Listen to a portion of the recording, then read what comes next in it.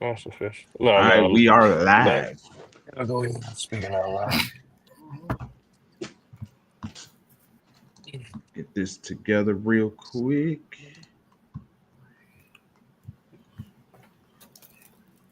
Let's do this one. Oh, I got a question too. If you go ahead and start off, we'll get this question going. Hell yeah, right. boy. All right. Welcome to another episode of your favorite after church podcast, the No Key Podcast. I am your man, Spaces. Hey, I go by your boy Maul. It's Jay every day. What's good, fellas? How was y'all last week, man? It was a blessing, man. It was a blessing. Everything was a blessing. We hit. Yeah, I'm on the same thing as Jay every day. Everything was a blessing, man. We good. We you sympathize with the world, but I'm just glad I'm not in them situations that some of the world is out here doing. Yeah, That's what's up, man. baby. It seems like a beautiful day. I'm gonna get out there too. Soon as we get through. I'm looking at them out there too, dumbass as soon as we gas get prices, through. man. We don't get gas over here at all. It's a fact. It's a fact. It's a fact. It's straight facts. Nigga, when I come to the city, I'm coming to do what I need to do. I ain't getting no gas. I live in the city, don't get no gas. Bro, I was over there in Homer Glen, Lockport area. Yeah. Bro, their prices over there is like 50 cents cheaper, bro. It's a fact. How much is it where you normally like what are you getting yours for? Whatever's around here. Okay. I'm getting mine for like $2.97 without the 15 cents. So I'm getting it like at $2.83. Oh man, 284, 285 around that. Between 280 to 289. I go to Sam Club. Okay. Yeah, I go to the BP by the not the BP, the other joint, the Amoco by the job, and $2.97. But I got I use my credit card, a gas card. You get 15 cents off per gallon. So I can do that. I just got my Costco card recently. I heard did they go up? Like how much is Costco? Costco is what I get. Say who? So how much is Costco? I'm sorry, my fault. I don't know. That shit just auto draft. Don't be paying attention to that shit. That shit on auto, whatever it is. All right. I thought it was like you mean like the membership? Yeah. Huh? You talking about the membership? Yeah, the membership. 65. Okay. For the year? And it went up, huh? Yeah. 65 for the year? Yeah. It's not bad. It's not bad at all. And if you want to use regular, right, and then if you get the like the tier above that is 130, but you get cash back on your shopping. Oh, I guess that's the one we got. I used to have the platinum titties, but I just felt like, I didn't use it enough to. 65 cool. I didn't use it enough for $130, $140. Oh yeah, we use it. All three of us, all three of people and members of my little family, we use it. Everybody go get gas there. Everybody go get everything now. Yeah. And I guess I got the one too because I didn't know. Because we get the cash back too. I had to get on my wife because she kept using my cash back. Like, hold on, hold your horses. Like, motherfucker, go get gas. They using their money, so they use your cash back. She told you it's like both of ours. Yeah. She hit me with a J every day. Desiree, what's up? She said she can't live without her Costco card. Hey, I'm on the same thing with you. Sam Club is we took a trip from Chicago to Detroit. Nigga, I put in maps where the Sam Club's at because I went to go get gas at the Sam Clubs on my route to going to Detroit. All 4 times I filled up at Sam Club.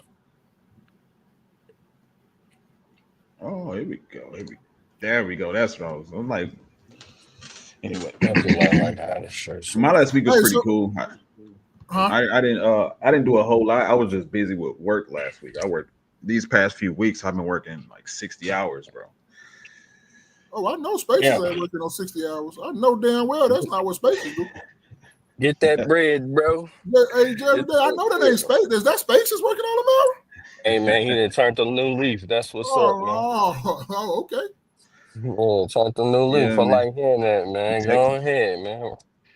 Desiree, what's going on? What's happening? Oh yeah, you did. I'm sorry. Like I said, it's been busy. So I'll after this I'll get you back because I'm using my phone as a camera, so I can't even unless I just turn it off for a second while you're watching the video. But yeah, man, it's just until further notice, that's what I'll be aiming towards 60 plus or the 50 to 60, whatever, as much as I can get because it's some stuff that I want to do, some stuff that I got coming up, and I just want to make sure that I can pay for it. You know what I'm saying? Pay for it and afford it. So, all right, but go ahead, Maul. You said you had a question for us. Hey, we know we've been hearing a lot about the, on the internet. I don't be on that as much, but you still hear. You always hear the black fatigue, and then you always hear after the black fatigue, you always hear about the victim mentality. So I want to ask you and Jay every day, what is victim mentality? What is your definition of the victim mentality that they're talking about? I'll let Spaces go first.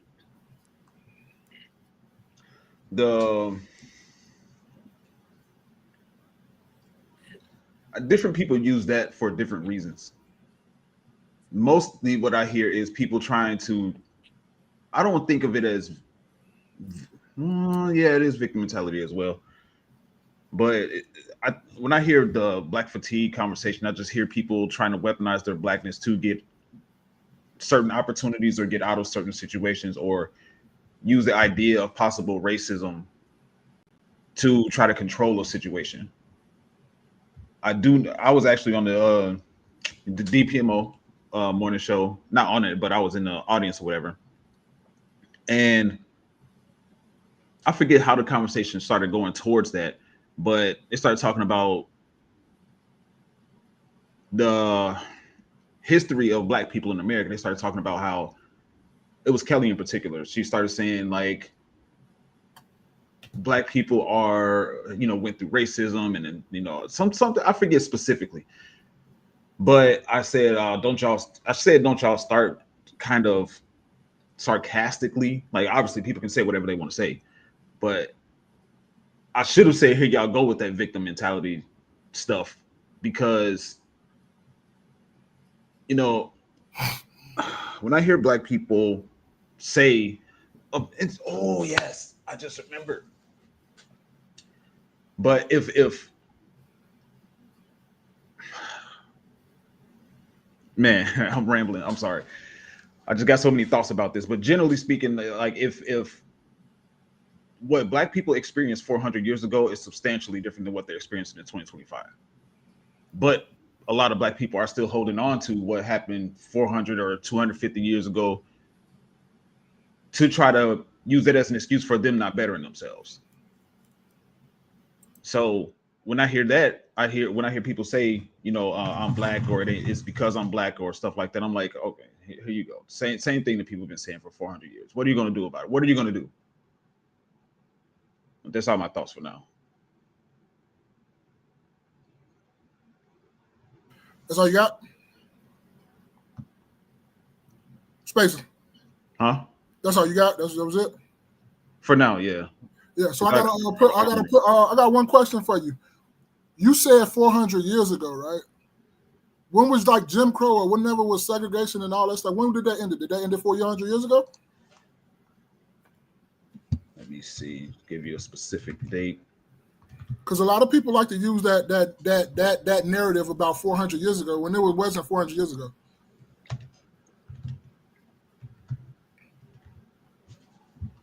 Let's see.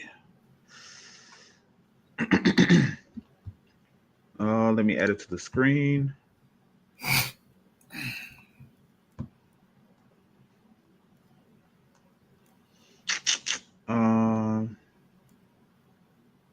What am I doing? Okay.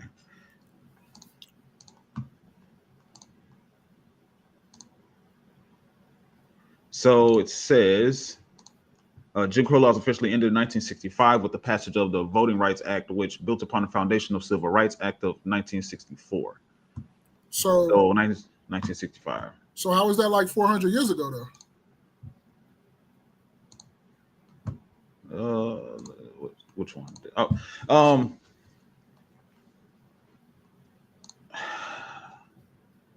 Well, that was just the example that I was using. See, we like to use, like, especially other people love to use that when they talk about victim mentality and when they talk about like black people. They love to use like it happened so long ago when it wasn't that long ago. It's been less than almost 100, 150 years ago. Right. So how could you keep saying use that like as an explanation? And I'm not talking about you. I'm talking about everybody who used that. How can you use that talking about it happened 400 years ago? It wasn't. But it's okay, and I know this is going to probably get some flack, but all the other tragedies that happens, like with the Holocaust and the other things like that, we don't dare question those. But I'm just giving you a little pushback. Go ahead, Jerry Day. Let me hear your explanation. Yeah, like I said, I really don't use the word or the term. Is it what was it? Victim blame? What is it? What you say? Victim mentality. Well, when people say you using the victim mentality, you know how they say that right now. That's a big thing when they talk about the black fatigue and the victim mentality. Yeah, I mean, like I said, I really don't know what they mean by that. And I think it's important that people like try to ask, when people do use these terms, what do you mean by that? Because a lot of times Nikki, what's up? What's up, Nikki? My fault. People piggyback on other people's terms and stuff like that, shit that sound good, but we really don't have any definition on it. So that's kind of my thoughts on it. I don't use the victim mentality. I think we also in an era where people like to blame victims. You see what I'm saying? Like we blame victims. Now, if somebody has a legit grievance, I think you should listen to it. It doesn't mean that it's a victim mentality because you have a grievance because you're complaining about something.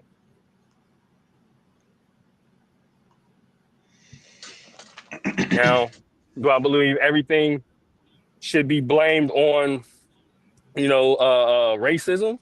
Probably not everything, no. But I think race plays a big part in everyday life. Things that we don't even see, on a day-to-day basis. Because it's been in play for a long time. Just as much as like I like to say that I don't know, everything that all the racism or whatever. I don't know the stuff that really affects me. Like that's hidden that affects me. You know what I mean? We don't know those things, as well as we don't know, other things that helps us. So I'll let somebody else speak. No, I just wanted to ask y'all to see where y'all come from, but I'm kind of on the sentiment of I got a little bit of spaces in me where I say, yeah, I agree with some of the parts you're in. I had a little pushback with you. And like what Jerry Day saying, I agree with a lot what Jerry Day said too. So I don't want to act like I'm just going against, I'm like in the middle of it. Like I understand what spaces say, it gets on my nerves too when everybody try to blame that on that. And it's like, bro, come on, man. You can't, because you water it down and then you get people that, like you say, it is fatigue of it because it's like every time something happens, it's not that. You're going to have more than enough cases that it's going to be something where it is some type of racism or something like that. So you don't have to go out your way to try to blame everything on that. And I ask people that all the time. It's like, okay, is it truly that, or do you truly think this person didn't know or this didn't know that? Like you got to really think about it. You can't just blame it strictly on that. But I'm also on the sentiment of Jerry Day when he said, you say people like to say people victim blaming and all this stuff, but they have a legitimate right. And I can give you a prime example. People are so against DEI, right? Right? Mm-hmm. Why was DEI created in the first place? Why was DEI created in the first place? Do you know? To benefit white women. To give people an opportunity, at least to go in front of somebody to plead their case. So if we would have never had where everything was always on the even playing field, we would not have DEI. Am I wrong? We wouldn't even be. It wouldn't even if everything was so equal, like everybody say it is, and argue about it is. Like, oh, it's no this, it's no that. We wouldn't even have a benefit to go with DEI. And the DEI was created for the illusion that it was helping black people, not to create. It was created to help white people, or white. If it helps white women, then it helps white people, right? So DEI was an illusion to help as if it was helping quote unquote minorities or black people. And we see that again, it only helps 4% of the people. So that's why DEI was created, was for an illusion. So Yeah, it still only got you in front of them. They still didn't hire you. So what the reason why I use the 400 years thing is because that's what people say. And that's what, like, when we get into this like racism or whatever conversation, not us, but in other conversations that I've heard, people say, and I was actually listening to a live stream earlier last week, where somebody was saying that our people went through 400 years of slavery and all that stuff. I didn't see any evidence of what the people 400 years ago went through. We are 2 generations removed, at least, from how the worst aspects of how racism affected Black people.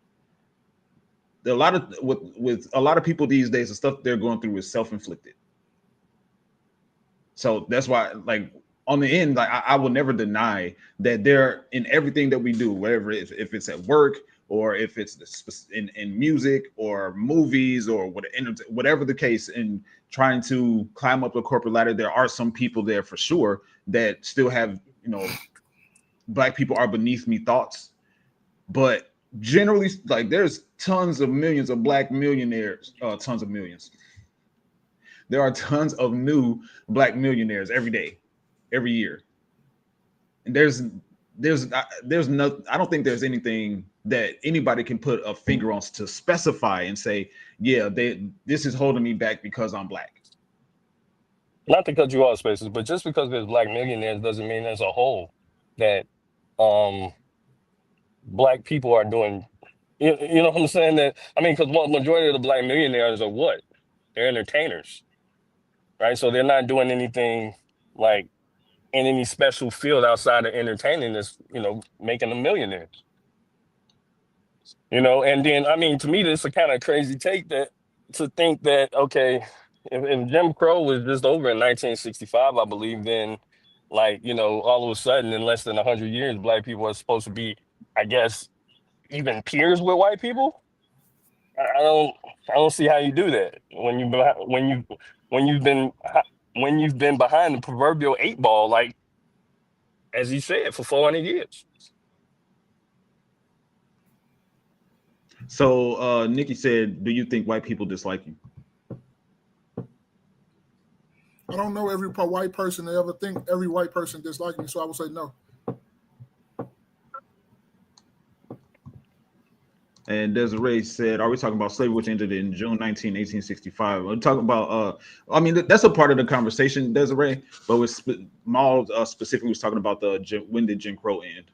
Yeah, no, it's because people love to use the 400 rhetoric, and it's like, bro, that was way closer than that, bro. Come on, man. Think of something else. That's why I just picked Jim Crow out of all of it. But I then think they use 400 for. I'm sorry, I think they use 400 for the span of time. You know what I mean? But not that it ended 400 years ago. But I just think that a lot of times, like you just said, when it comes to other groups, right? You can't forget what other groups went through, right? And I'll specifically say Jewish people. You can't forget what they went through, right? It's always in your face. So where's the Jewish fatigue, right? Nobody has that. I don't hear nobody really saying that. Is it because we scared? People scared? Right? No, because Jewish people aren't, from what I see, and I'm speaking for myself. Jewish people aren't what? Aren't walking around weaponizing them being a Jew to get opportunities. Really? That is the furthest thing from the truth, brother. That is the furthest thing from the truth. Hey, the way you said that was funny as hell. Because that is the furthest thing from the truth. Walking around and going into different establishments on a day-to-day basis, or on I rarely see Black people going around on a day-to-day basis talking about I'm Black and I'm disenfranchised. I don't see Black people doing that. I live in a Black. I'm not talking about no internet shit. I'm talking about real life. You real life see people doing that? Well, you're gonna yes. You real life see Black people going into the store and saying, you know what, I'm Black and I'm disenfranchised and you guys need to help me. You real life see that. I'm not talking about nothing you see on the internet. I'm talking about you real life see it. Yes, the internet is a specific. We can. No, I said you. I'm talking about you. You real life see it. I'm not talking about the internet. My first response to you just now was yes. Where have you seen that real life? And how often are you seeing this? This is something that you see most black people doing? I don't know most black people, so I can't say. And if the ones that you see, most black people that you see, of course you don't know most black people. You asked me, do I see it? So yes, I'm but answering I'm talking that. about. So have I but of seen course it? You don't know Yes. most black people. Yes, but one But you just asked the most black people.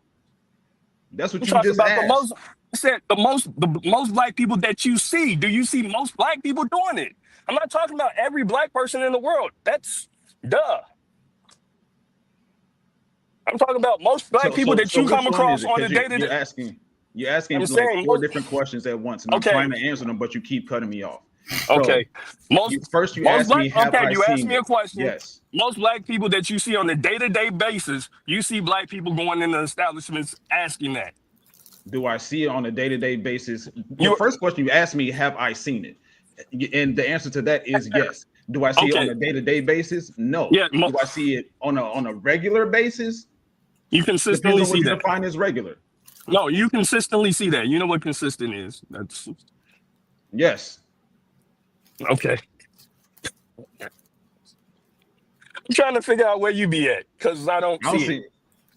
No. Where do you be at? Where? Different places. What you want me to write down date, time, and location? No. Of course I wouldn't ask you to do that. That doesn't even make sense. I'm saying, where do you be at? Where's this? Where they're doing this at? What establishments? Grocery stores, specifically. So you're at grocery stores and they're saying, because I'm black, I want you to. Bro. Okay. I use the internet as a representation. No, because we're not talking about the internet, bro. But are you going to let me finish? I would like to finish what I'm saying, because you keep cutting me off. Because I've been saying it's not about the internet. I already said that. That's cool, but I'm saying something different though. I was saying that I use the internet as a representation because that removes your anecdotal experience and my anecdotal experience. Anybody's anecdotal experience. No, you can't use the internet. What you see in your everyday life will be different than what I see and anybody else sees in their everyday life. Well, so you wouldn't have to bring up the internet. That's the furthest thing from the truth, because you don't know what I see. You wouldn't have to bring up the internet. You would know specifically, hey, they doing this all the time. And I feel like I know specifically spaces. You're not seeing black people on a consistent basis talking about, I'm black, you need to do X, Y, and Z. You specifically aren't seeing that. How do you know that? You don't know that. Okay.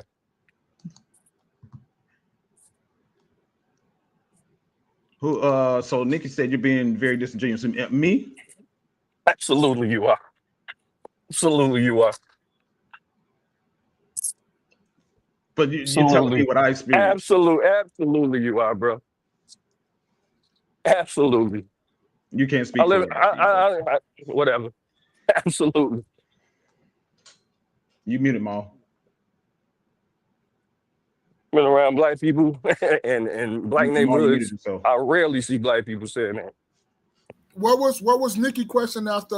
Do I think white people don't like us? What was the other question she said?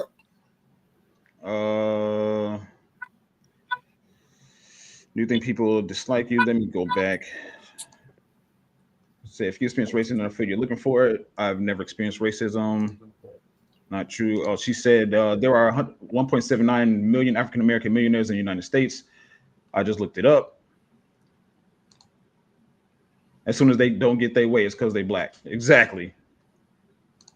Oh, you talking about this, Mom? Where you be at the? No, I'm talking about when she said. No, I guess I answered it then already, because it was a lot of stuff coming up. So I was trying to figure out what else she was asking. Oh, she was saying, I think she's saying to you, Jay, every day. Oh, she's saying being disingenuous in a way he's asking a question. All right. So after that, yeah, that's all I had for that. Well, because the way I look at it too, it's just like, no matter what we do or how we say it, we be quiet, we do whatever, it's our fault. It's this, that, and the third. It's us. It's us this. Now, is it some cases that shit be really happening? Yeah, it do. But sometimes when you say it too much, it waters it down. So now people looking at you like you a victim mentality, and you always got a victim, mind frame of that.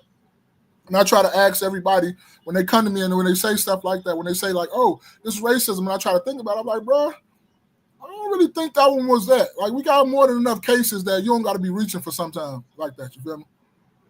But to see, but to say that I've never experienced racism, nah, I ain't gonna believe. I can't speak for what's her name, Nikki.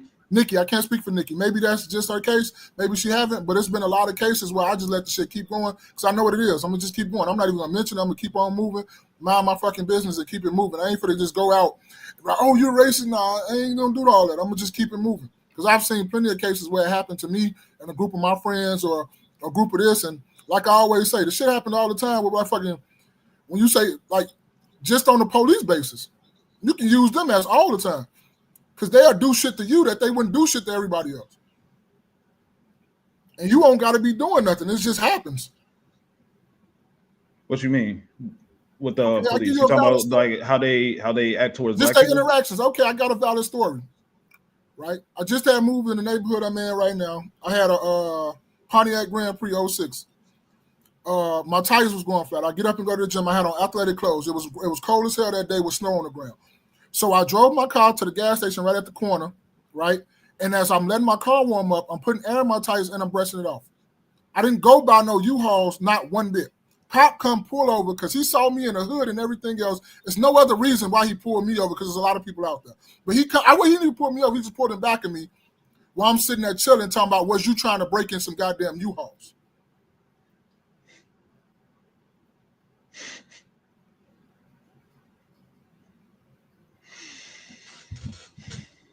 Mm-hmm. So now we going back and forth because he about a U-Haul. And I'm like, bro, what the fuck? Like, bro, this shit really pissed me off because I'm on my way to the gym. Mm-hmm. You know what I do. You know my routine every morning. That's what I'm doing. Mm-hmm. But now you want to go back to case. Now you want to try to pull me out the car. You want to put me in. You want to do all this because you thought I was breaking into some goddamn U-Hauls. What the fuck am I breaking into U-Hauls for? So what is the other reason? Well, you think it's because of your skin color? Is that what is the other reason? What is the other reason to me? I don't get no other reason. You can't say I blame everything on me being black and nothing like that. But what is the other reason? Because you know me and you know I don't do that. So what is the other reason do I have to like go by? Well, so before I respond, are you saying that the cop did that because you're black? I ain't say nothing. I say whoever can draw the conclusions. All I know is I did what the fuck I need to do to get up out of there to let him leave me alone and go and finish my day. But it had me boiling all day though because of that. It could have been somebody else. Somebody called the police and said somebody dressed like you were, because that's a possibility. Okay. I don't go back and forth for them. I shut the fuck up. No, I don't either. She say I don't want to mess it.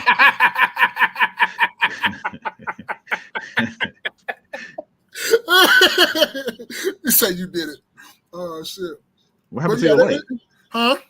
Your light just went kind of dark. Oh no, I keep doing that shit. You know I'm a dog motherfucker anyway. So yeah, just keep going. It's cool. But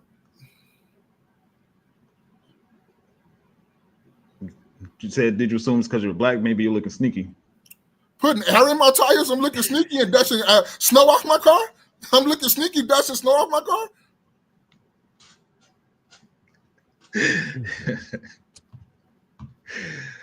Oh man. Oh, that was good question, man. Good question. I just to my final thought is, I mean, when it comes to ultimately, are there some, some like residual effects of, how police interact with people, black people interact with black people interact with white people interact with black people? Are there some remnants of, slavery and, all that stuff? Absolutely. Generally speaking, though, I think people do try to weaponize their blackness and just like what Nikki said, when stuff don't go their way, they try to use their blackness to throw racism out there. And like you said, Ma, it's watering it down now. Yeah. It's watering it down.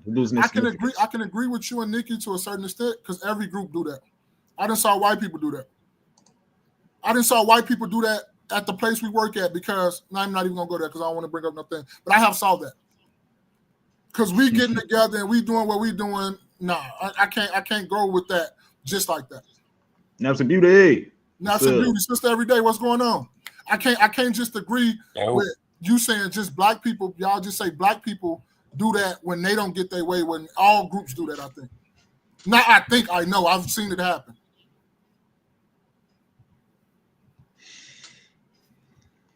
Jerry Day, you got any final thoughts? Oh no, absolutely not. You can hear him all? Yeah, I heard him. He said, "Yeah, no, yeah, he said it." Okay, cool. So my audio, you know how it acts when he starts talking. I don't know why it does that. Yeah. All right, so we're gonna get into this subject. Thank you guys for kicking with us. Like and share. The podcast is slowly but surely growing. We're gonna ramp it up even further with getting some content out there. I got some ideas that I want to put out, but Maul sent us this subject, and I heard about this, but I don't know much about it. It said Louisiana Democrats urge state lawmakers to introduce the Lacy law following new footage of crash.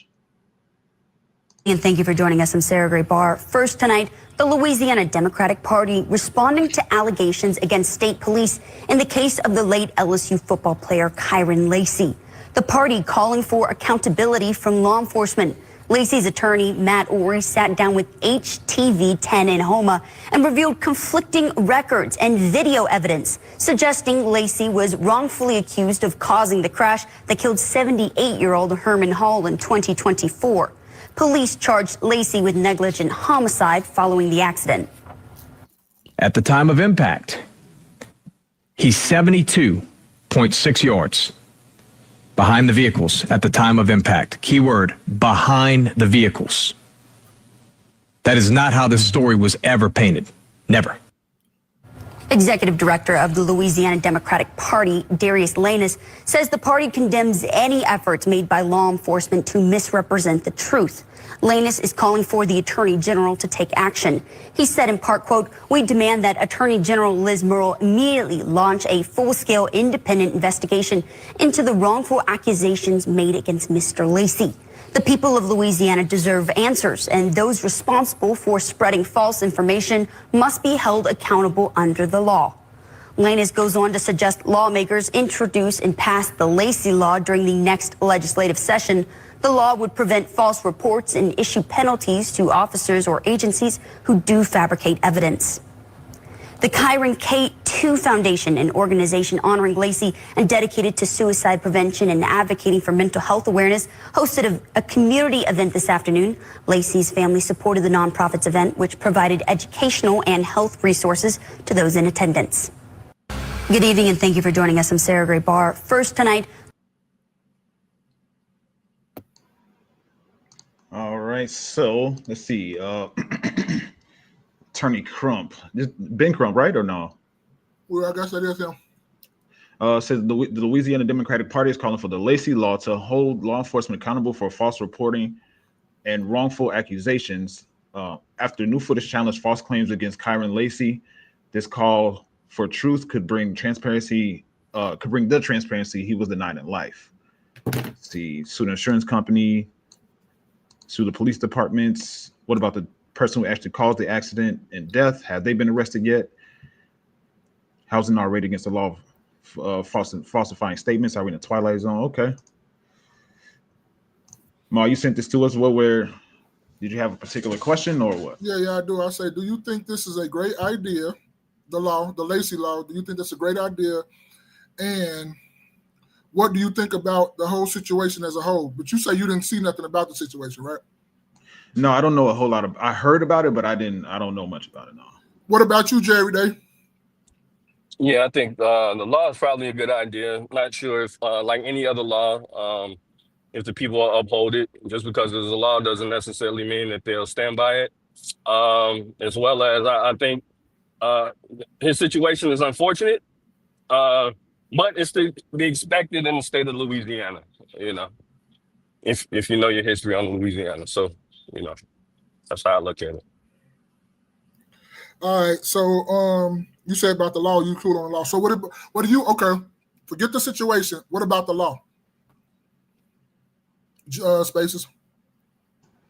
Yeah, I agree with it. I'm 100%. I know for well, I don't know for sure, but I'm 100% sure that there are some police, arrests, the police cases where they fabricate the evidence or they fabricate information, take out, leave, manipulate information to work to their benefit to try to prove their case to, like a judge. A judge will fabricate. Some judges will fabricate information to get their convictions up because it looks good on paper and all that, or they trying to save face for somebody. So I'm 100% for there being a law that holds people accountable for falsifying information.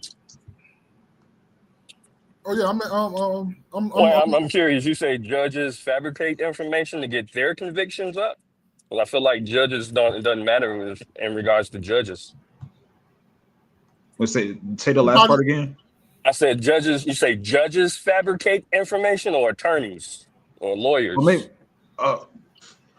because I don't. Judges listen to the information and they determine from there. So I don't see them having really a dog in the fight.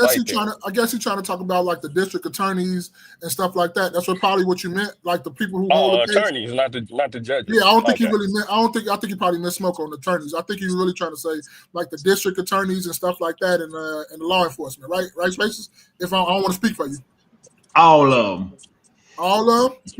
Yeah, but like Jerry, they said judges just hear it. Now, they can be a bias and give you way more time than they'll give somebody else. I don't know if you're talking about that. One of the things that I was thinking about, and granted, this is unrealistic because it's a show. I watched the show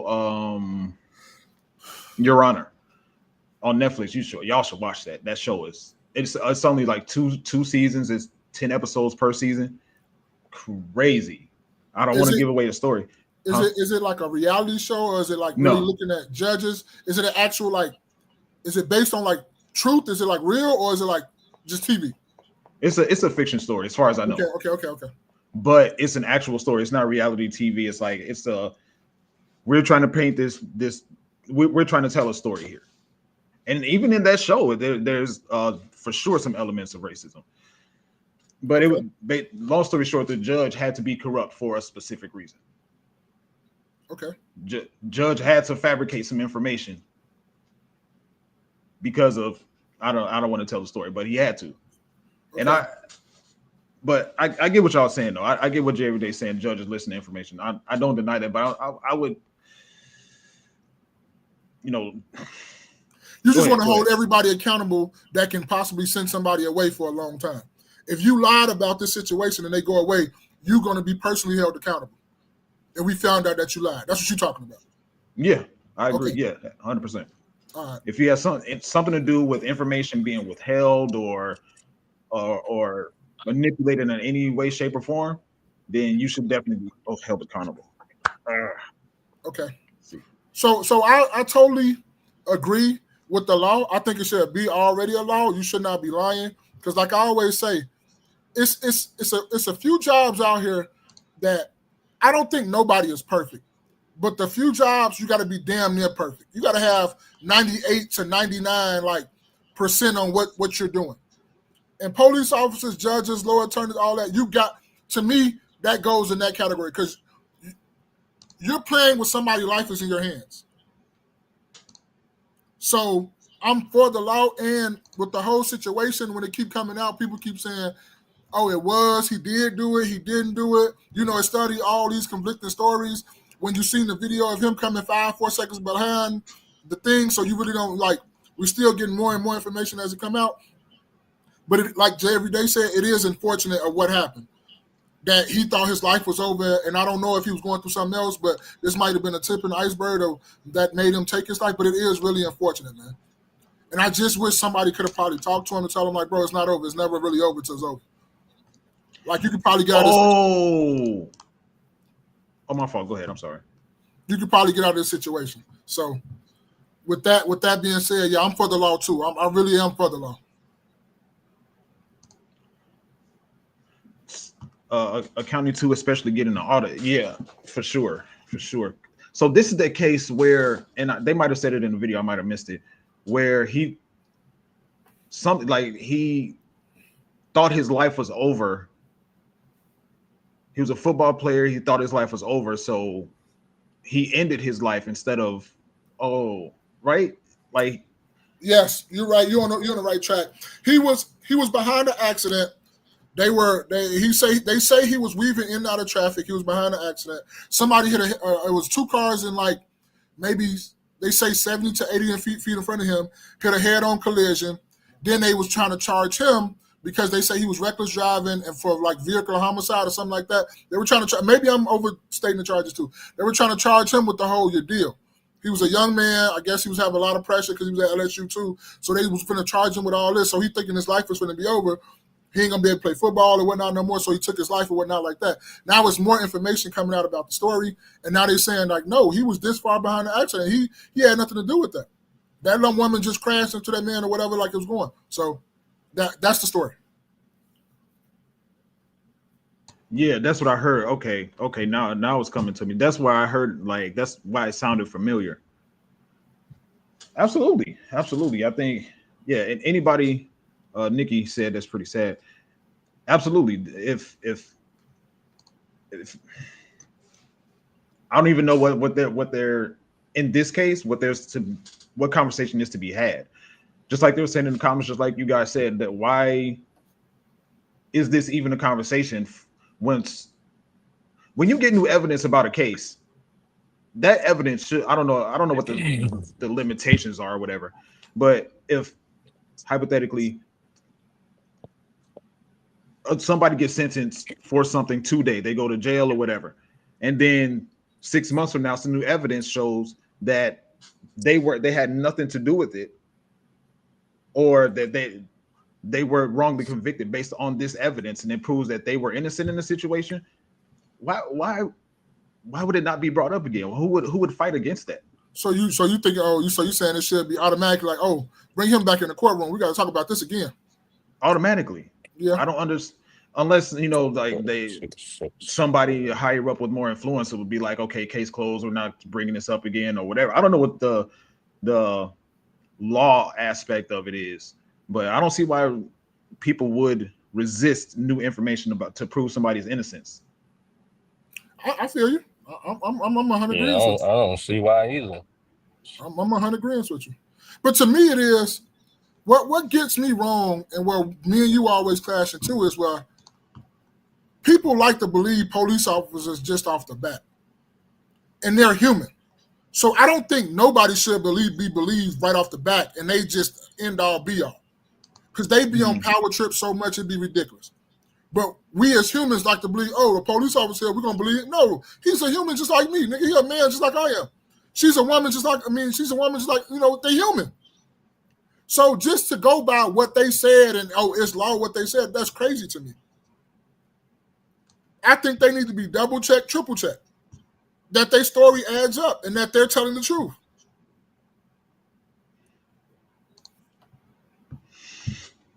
You about to say something, Jay, every day? No, I think you said. No, I wasn't saying anything. I said I don't see why they wouldn't either. Oh, he was talking about what you said when this will be automatically brought back into the lawyer's office. Up in court. What? I'm just wondering what's the problem. Why wouldn't they do it? Who's it hurting? I'm in agreement with you. Unless what's the who are you paying? You know what I'm saying? And who's getting paid in this situation? I mean, it doesn't make any sense.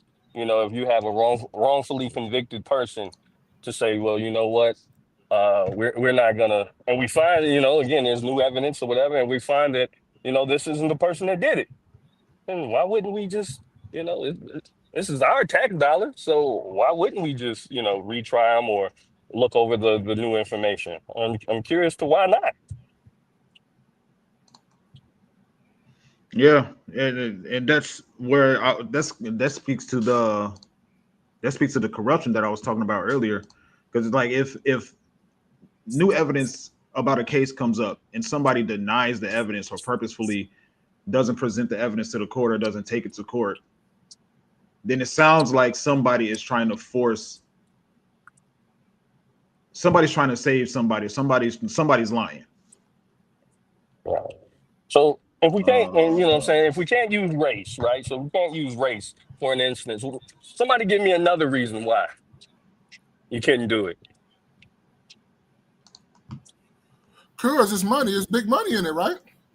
For them being in jail, they got to have a quota on jails. So we're gonna put your ass in there whether you did it or not. Because it's a quota got to be on jails. Okay, but you know, most jails are public, a lot are private, right? You do have a lot of private prisons, a lot of public. So even then, what I'm saying is you know, even with a situation like this, okay, nobody's in jail for this. So, you know, why can't you rehear this?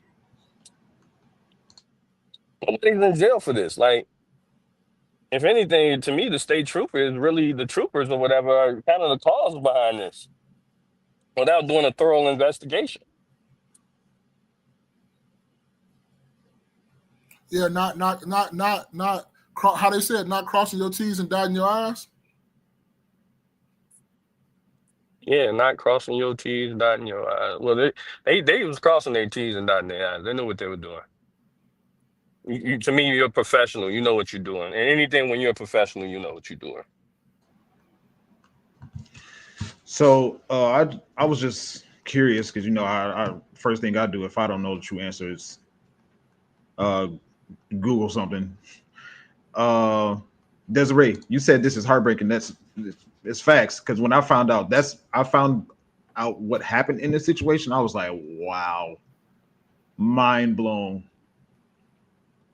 absolutely mind blown.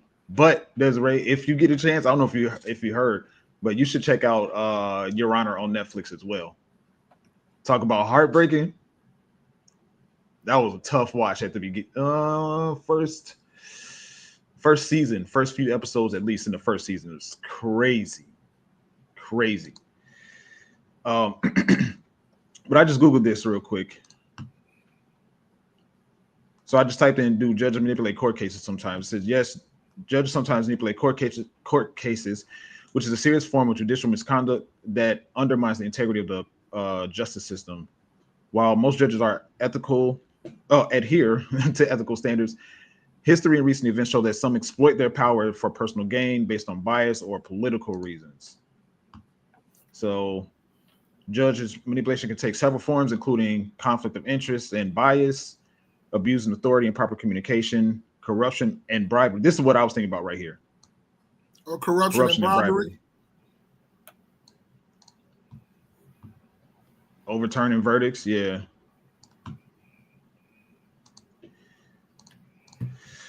Yeah, I'm not saying that it's a terrible case, man. It's a terrible case, and if somebody definitely needs to go to jail for this. Based on the information that I'm seeing, based on the information that I'm hearing, I don't hear anything in opposition to anything that would be a reason for people to not be in jail. So in other words, somebody should be in jail. I haven't heard any reason for people to not be in jail behind this. Maybe do y'all know if it's still an ongoing investigation? No, they said they ain't do nothing wrong. The state troopers came back, said they did their thorough investigation. Ain't nothing they did wrong. They still don't take nothing back. They don't walk nothing back. That's from what I heard. Now, more information come out. You can say I'm wrong later, but I seen them hold the press conference, and that's what they said. Yeah, man. Somebody needs to go to jail. But it's not, though. So we can say that all we want to, but they're not. That's crazy. I wonder why they're not going. I wonder why they're not going to go to jail. They're not going to jail. Why wouldn't they go to jail? You already know why. They're not going to jail. It's not going to happen. But why not? You already know why not. I'm asking why not. I ain't going down that road. All right. But I know, but people can sit up here and try to act like you not know, but you know why. Motherfuckers corrupt. Motherfuckers do all this stuff they want to. They not going to jail. I don't give a fuck if you did lie and they know you lied. You're not going to jail. It'd be very rarely and they give you a few of them. Not gonna lie, they do give you a few of them so they keep your mouth closed, but they not gonna give you probably this one. They're gonna keep that one. They're not gonna probably give you. I'll be surprised if they give you this one. That's crazy. Yeah, they're not gonna give you that one. Oh man. So y'all saying ain't nobody going to jail because somebody white would have to go to jail? You want to put some money on it? I didn't say nothing. I was asking why they not going to jail. No, I'm just saying they're not gonna go to jail because hey man, they just made a mistake. It's okay.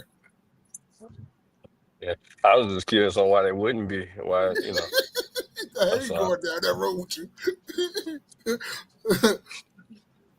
But yeah, they're not gonna jail. I mean, even if we don't use because whoever race, why wouldn't they go to jail?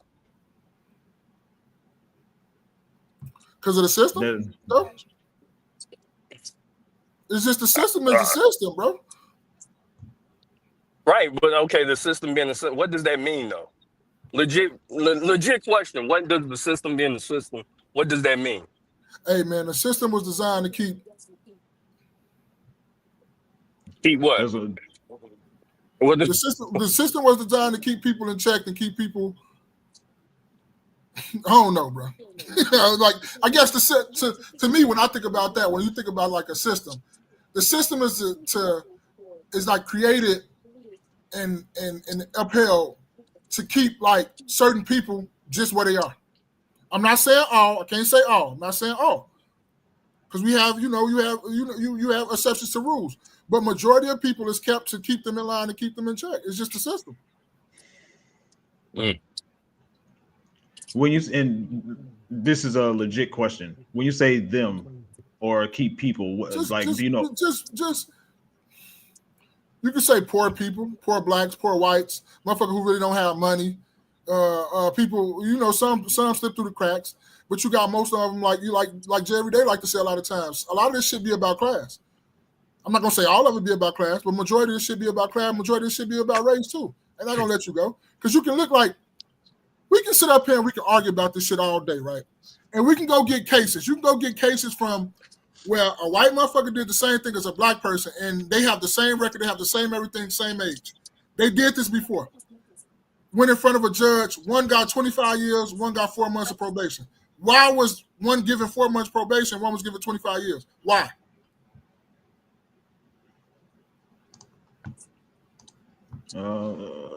And we can go through all of these. They had the same exact case, same exact everything, but one still got all the time, one didn't get all the time. Only thing that they was different was one was black, one was white. I don't know if y'all ever seen this before online, but nowadays, shit, you don't know if it's real or not because they are.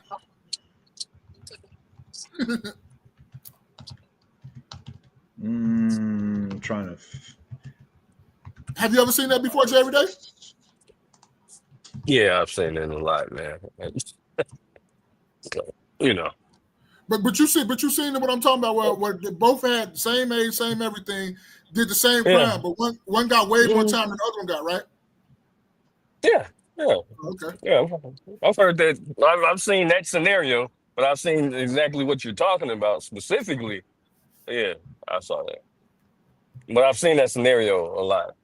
And then, a lot of people are going to say, oh, they had different judges. What? And some of them had the same judge.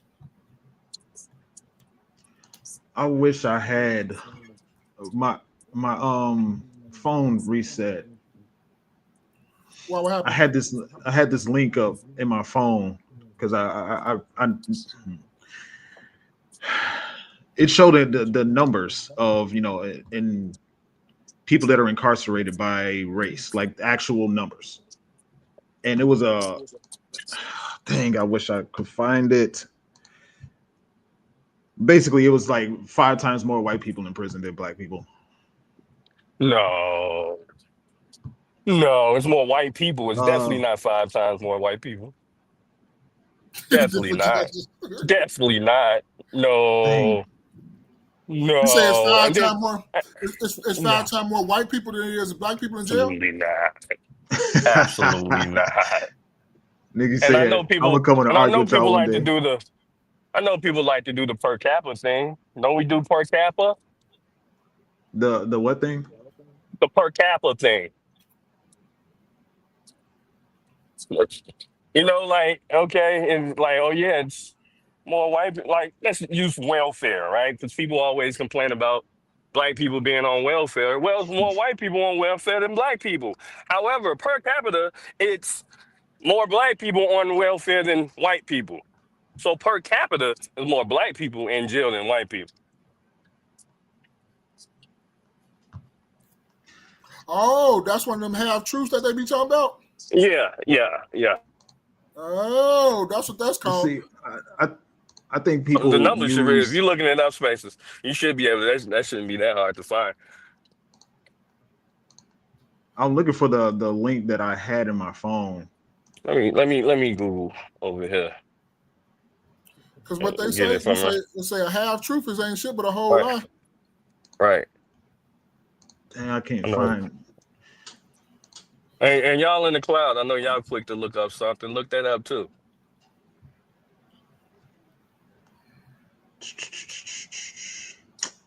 Dang, I can't find it, man.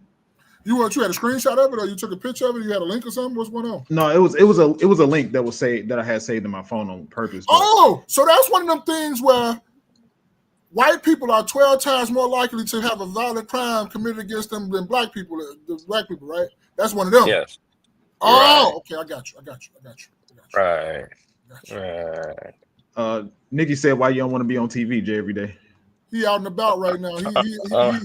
He doing his Jay every day. From Wild, where's Waldo? But it's where's Jay every day. He one of those today. Yeah, I'm out and about with my family, so I don't want everybody out here. yeah, he's just doing that. She said she want to come on one day. We got her talking to herself. We got her talking to us. So no, I'm asking spaces with all your questions, and for sure you can come on. We can talk about it. I'm down. Yeah, Pew Research says it's 33. The prisons is 33% black. So that's Pew Research. That's over America. Yeah, U.S. Prisoners is 33% black. The prisons, it's 33% black. So to be 5 times more than that, it's something crazy. Well, I mean, if you want to say percentages, I'm sorry. I don't. You talking about the numbers I look itself? at numbers. Yes, I go by numbers okay. itself. Okay, so my bad. Percentage is not a number. Let me.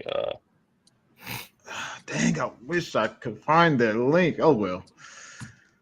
Maybe I'll find it and add it in the post play, whatever.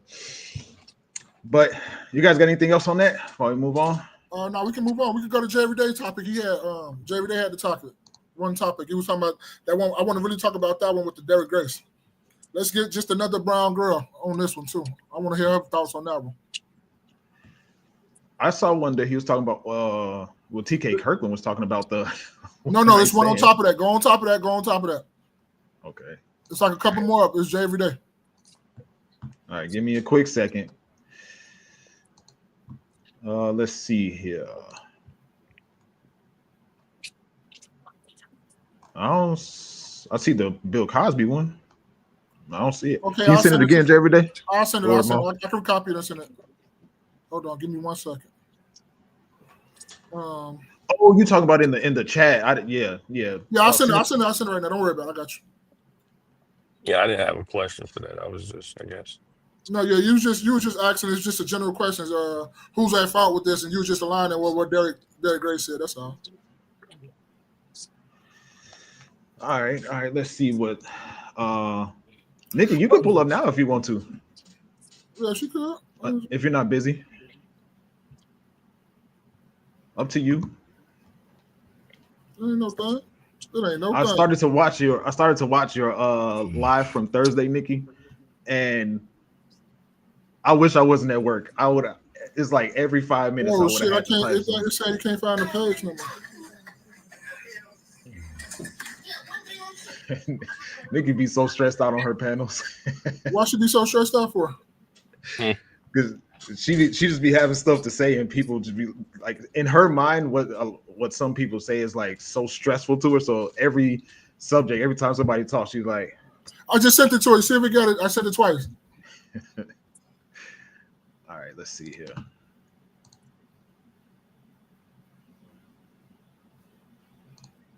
Let's see here.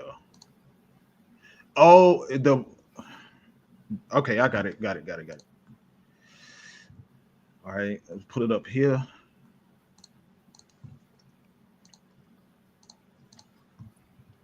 All right, this is it right here, right? Yep, that's it. She said, let me put my eyebrows on. The heck? All right, let's check it out. Yeah, one day on kick. Here, come on, no, stop. I gotta know what. Stop. One day on kick. That's all it takes. Well. Hey, what up, y'all? So I got 2 points I want to make while I attempt to unpack this video. Let's start with number one. At some point, y'all, culturally, y'all niggas gonna take mental health serious. I've been telling y'all, I don't know how many years, like, when your motherfucking grandma or your auntie is 60 and 70 and she has the same attitude and demeanor as she did when you first met her 30 years ago, that shit ain't cute, that shit ain't funny, and that shit ain't healthy. Motherfuckers really be like, well, you know, grandma goes zero to it. No, your grandma need to sit her old motherfucking ass down before she go into an early stroke or early heart failure because she's still moving and grooving with the same fucking mindset that she had 30 years ago. So when I say mental health, I mean the trickle down effect. I mean, culturally, we be thinking that shit cute to have a motherfucking cousin who's schizophrenic. We be thinking like, and won't go get him diagnosed, won't go get him the proper help. Man, listen, y'all can talk about, man, speech impediments. We overlook that shit. We overlook delays. We overlook knowing our children have neurological issues and we just brush it off, put that shit under the rug or push it onto the schools. They're gonna put him in a handicap class and call it a fucking day. Then the nigga grow up to be a motherfucking terrorist and then that's when mama, oh, you know, he was such a good boy. He had a good heart and he'll give anybody the shirt off his back. Y'all, mental health is fucking real. Stop waiting till these little niggas get 1,000 years or they get their fucking head blown off to take this shit serious. Now let's discuss part two. Part two is called preventative maintenance. When you're dealing with children who are overly emotional, when you're dealing with children who whole day be fucking ruined because you told them they can't get a soda, when you're dealing with children that do not articulate well, they're not expressive, all they know is to throw tantrums, break shit, cry, or excessively beg, those are red flags. And y'all motherfuckers need to forget the parlays, put the pussy down, put all the bullshit down, and make sure y'all motherfuckers is being hands-on parents. I'm gonna say it again like I just said a second ago. Y'all leave their whole evolution as a child to the fucking school system and then wonder why they worse off than your ass. That bitch only failed your grandma. That motherfucker failed your mama, your aunties and them. It failed your ass. That's why you currently watching this video. You a loser. And it's failing your children as well. When I say loser, I say that shit with love because a lot of us really are motherfucking losing. So y'all, preventative maintenance is a must. Shit like this is all bad. I know somebody gonna say that little nigga need ass whooping. He need more than ass whooping. That motherfucker need a psychological evaluation. He need a lot. Y'all listen, when y'all ready to lock in, like I said, with a family that told you and showed you on all levels, man, click the link in the bio, get that poster pack volume 2 ASAP. Like I said, only the first 100 is free. After that, y'all can pay for that whole goddamn pack, which is 4 different curriculums in one, and separately. Easily gonna cost you $950, y'all. But anyway, click the link in the bio, jump on your shit ASAP. And shit ain't getting no sweet out here. It's getting more and more tricky. I'm sure some of y'all watching this video got little bad motherfuckers like that in your family as we speak. All right, so it says mental health has been ignored for way too long. These babies are losing it, and most adults are trash at guidance, love, and understanding. Kids being raised by school, TV, music, and social media, while y'all got time to debate, while y'all got time to sports bet and debate rap beef. SMH. It's time to fix the leadership gap. Your kids don't need perfection. They need protection, preparation, and presence.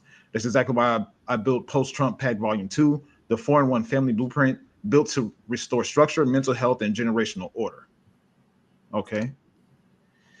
So JV Day, you sent this to us. Well, let's see what the people are saying. I sent it. Yeah. To say 20 to life, Your Honor, no problem. Whoop-de-doo. Kids need their father. I love my son to death, but that'll be the day he understands how much I love my mama. They would have been planning 2 funerals. This still breaks my heart. Okay. All right, go ahead, JV Day. Yeah, I didn't have any questions behind it. That was more so for the group. So maybe it was for more. I didn't send this to the really to be talked about on here. So Okay, my bad then. That was my fault. Yeah, I got a little question behind it. Like, what are your thoughts about this video, though? Like everything that Derek Gray said and everything, like you see on the comments and all that stuff too. Like, what are your thoughts about this? Jerry, you go first, then I'm gonna let Spaces go. Really, I think mental health is, definitely something that we need to focus on in the Black community as far as, but then it goes with, just health overall, eating properly and so on and so forth, just the things that come with it. But yeah, mental health, a lot of times people, have a history of, the family members have a history of, uh, something mental in their family, right? So, and, it's kind of hush hush in the Black community where we don't really talk about it. I guess it's yeah, I mean, I guess it's a taboo, so to speak. And I think we need to, really start touching and asking each other, like we used to do on the podcast in general, you mentally okay or whatever, but we have to do that with our own family members. So yeah, the video in general, it was a wild one. To see that young boy, kick his grandmother in the chest. I think that something like that, he's definitely seen that before, or it's, like he's picking up this this attitude on how to approach his grandmother from somebody else too. I mean, would you say or no? Yeah, I think that's learned behavior from somebody else. Somebody else has been treated his grandmother like that, or he saw somebody treat a older or a lady like that before. Yeah, the abuse is, maybe there's a history of abuse in the family or something. I don't know. But that was definitely wild. I was kind of taken aback from that. Especially having my own grandmother, and if something like that, I definitely would have. It couldn't be my child kicking my grandmother in the chest. I'll tell you that. Tomato, Jerry Day. I'm in a sentiment of like, nigga, I'm not letting nobody do that to no grandmother, period. I don't give a fuck what she done or what she said. You're not gonna do that in my presence. Like, and I don't jump in people's business, but just one thing with old people, I don't give a fuck what she looked like or whatever. An older person like that, I'm not letting no little kid do that in my presence. Really, right, no. I was curious. I was curious on who's the person recording this shit. Me too. That was the same thing that was going through my mind, though. I'm not gonna even lie to you. That was the same thing that, like, who the fuck is recording it? And then not even just recording. Like, recording is one thing. Pressing seeing to put that shit on the internet is a whole nother subject too.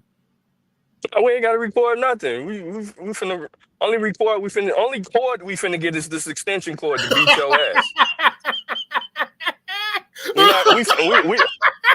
We'll record that, nigga. You know what I'm saying? That's the cord. Yeah, the extension cord. Like you doing?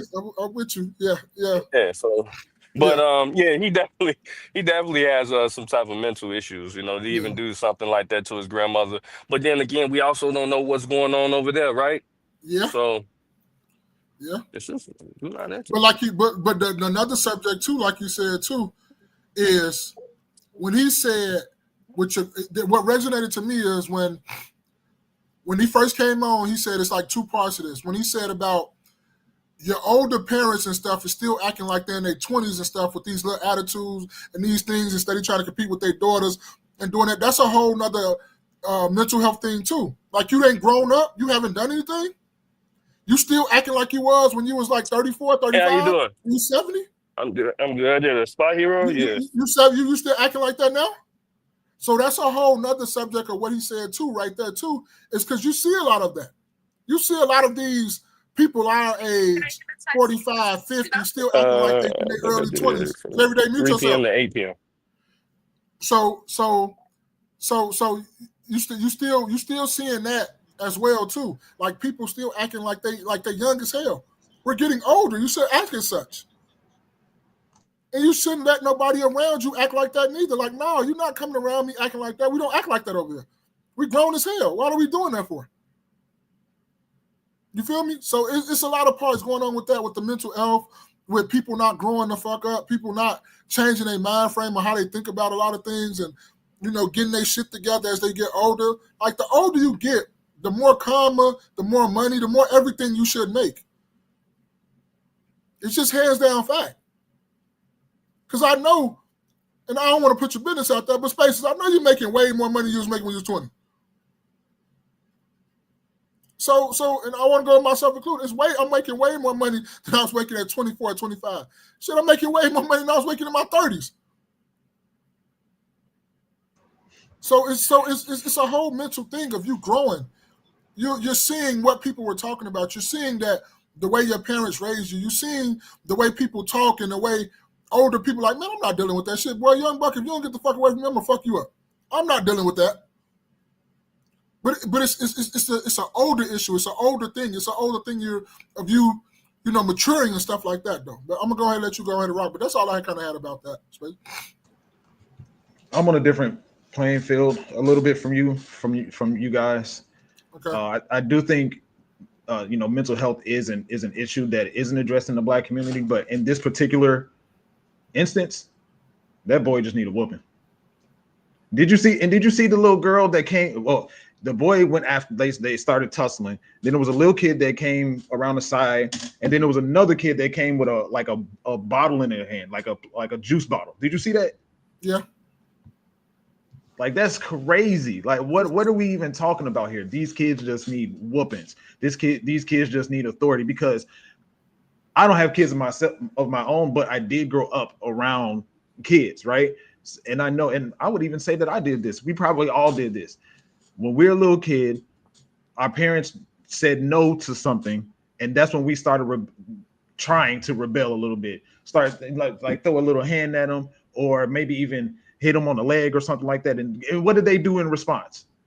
They popped you, but at the same time, I'm with Derek Grace when he said it's a mental thing too. When you tell your kid no and they go all crazy and stuff like that. So I'm with you. I just wanted to just throw that in there because I'm in agreement with Derek Grace too, what he said. Nikki, if you're still here, I pinned the link to the chat, so you can just click it. And now, if you want to come up, I think in most cases, mental health is having to go. I would say in most cases, mental health or the practice of getting some sort of help mentally is just, I don't want to say a cop out. I don't say a cop. Well, for some people it is, but more than anything, people just need discipline. People just need discipline, because whenever I seen in my own eyes somebody else's child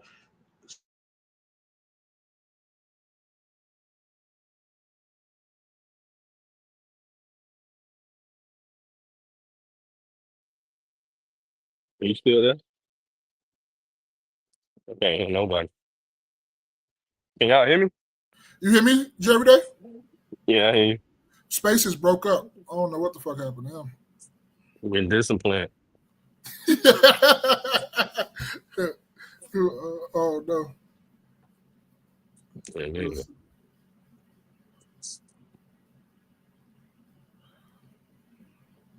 Anyway, y'all can enjoy the scenes of beautiful Chicago.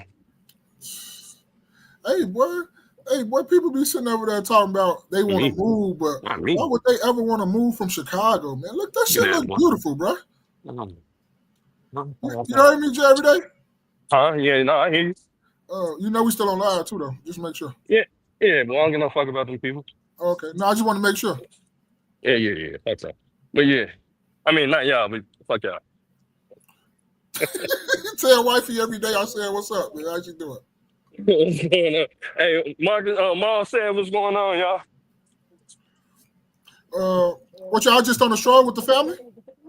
No. We're going to Black Art Museum. Black Art Museum. Black female art festival, something like that. Dealing with women, a lot of Black women are spearheading this. But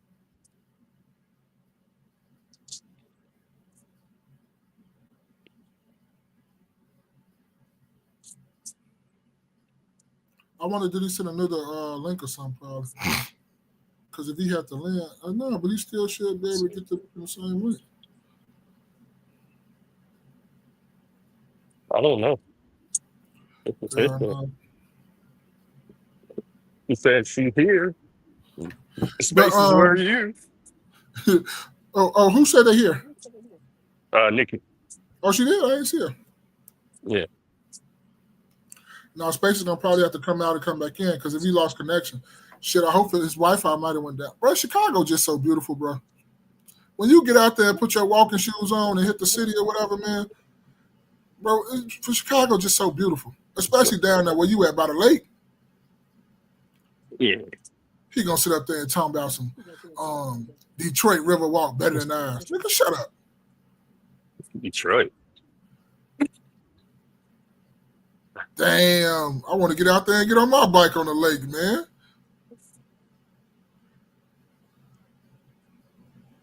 He said Detroit. Look at that scenery, man.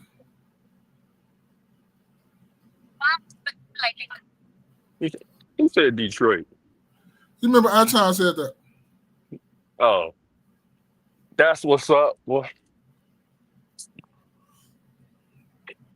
What that's a coffee Oliver? What they say, coffee Oliver? Which one? No, I was reading that sign. Oh, yeah. Yeah. That's the cafe right there. Oh. He's gonna probably have to restart this shit back up, probably. But I wanted to get into that other one with them, with that Wisconsin thing and that barn thing. Yeah. You remember that? We let me see if I'm trying to see did he send something. Maybe he's resetting his internet. Yeah, he probably Season had 1 to. was He was the host. all right. I'll tell you what, we're gonna end it for now. All right, then, bet. Yeah, he'll go back again. I'm gonna call him in a minute. Okay. All right.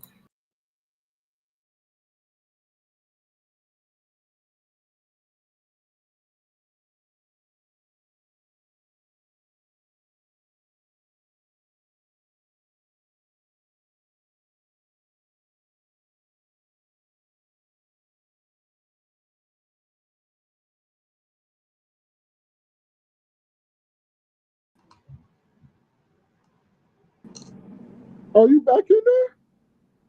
Yeah, I think my internet went down. Can you hear me?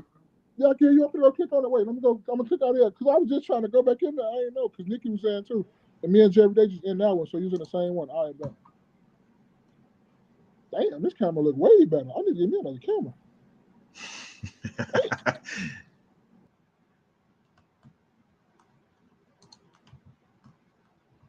The heck?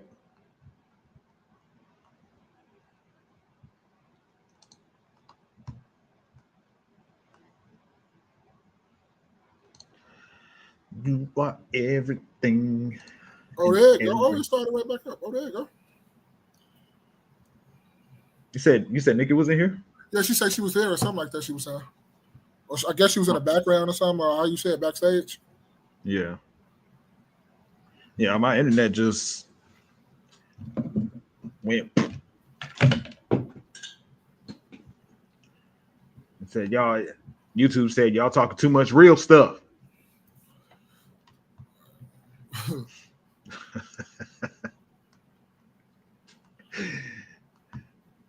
Why you hating YouTube? Oh, got that. Yeah, I want to play this back. Play what back? The video? Yeah. Oh, Nikki. Hello, Nikki. How you doing today? Awesome. How y'all doing? All right, we all right. Welcome. Welcome. How you doing today? You know, you are. Hold on. I got you. Hold on. What I just do? Welcome. You probably still got it up on YouTube. That's what it probably is. I did. I just cut it off. But I did have a question, Spaces, because I noticed last time you linked your, like you streamed. How did you do that? What you I had do? linked on my live. Remember you linked your. So we don't have the paid version of StreamYard. That's through the paid version of StreamYard. I'll show you afterwards, though. I'm paying for that. No, I'm just wait. I'll say, wait a minute. Teach me something. No, for real. How you guys doing though? All right. I did that video. Was disturbing. Yeah, very. But it reminded me of a one-on-one interview that I'm putting together because one thing we don't dress about like ratchet women is why our grandmothers raising these kids. And this particular person has all her grandkids, and her kids are sons. So where's the mama? Why do you have all these kids? Her one daughter had a baby, hospital called, she dropped the kid off. She didn't even know she had another grandbaby. Said he had to come get it or was going to the system. So I think that definitely need to be addressed, because it's the lady raising it, the kids. She shouldn't be raising it. She's too old, but what else she gonna do? And who's recording the video and not stopping? Yeah, that was something too. Like who's recording? So I don't know, but I would have hit him though. She tried to fight back, but she was too old, and it's like they were jumping on her. Yeah. So, but I also think what you said, two spaces, like I'm not gonna deny, like you said, they need an ass whipping. Yeah, that is, but it is part of that. It's part of mental health. It's a part of a lot of stuff. That's a lot of stuff all bundled up in one. Like it ain't just the ass whipping that he needs. It's just when somebody tell you know this and know that, you don't just go crazy. Because I had to nip that in the bud with my son early. Just because somebody just say no and you can't get something, you don't go out here acting all crazy and a fool. That's not for you to act a fool because somebody said no. It's a lot of things people gonna say no to, but that don't mean you go crazy just because you can't get what you want. You over there burning sage?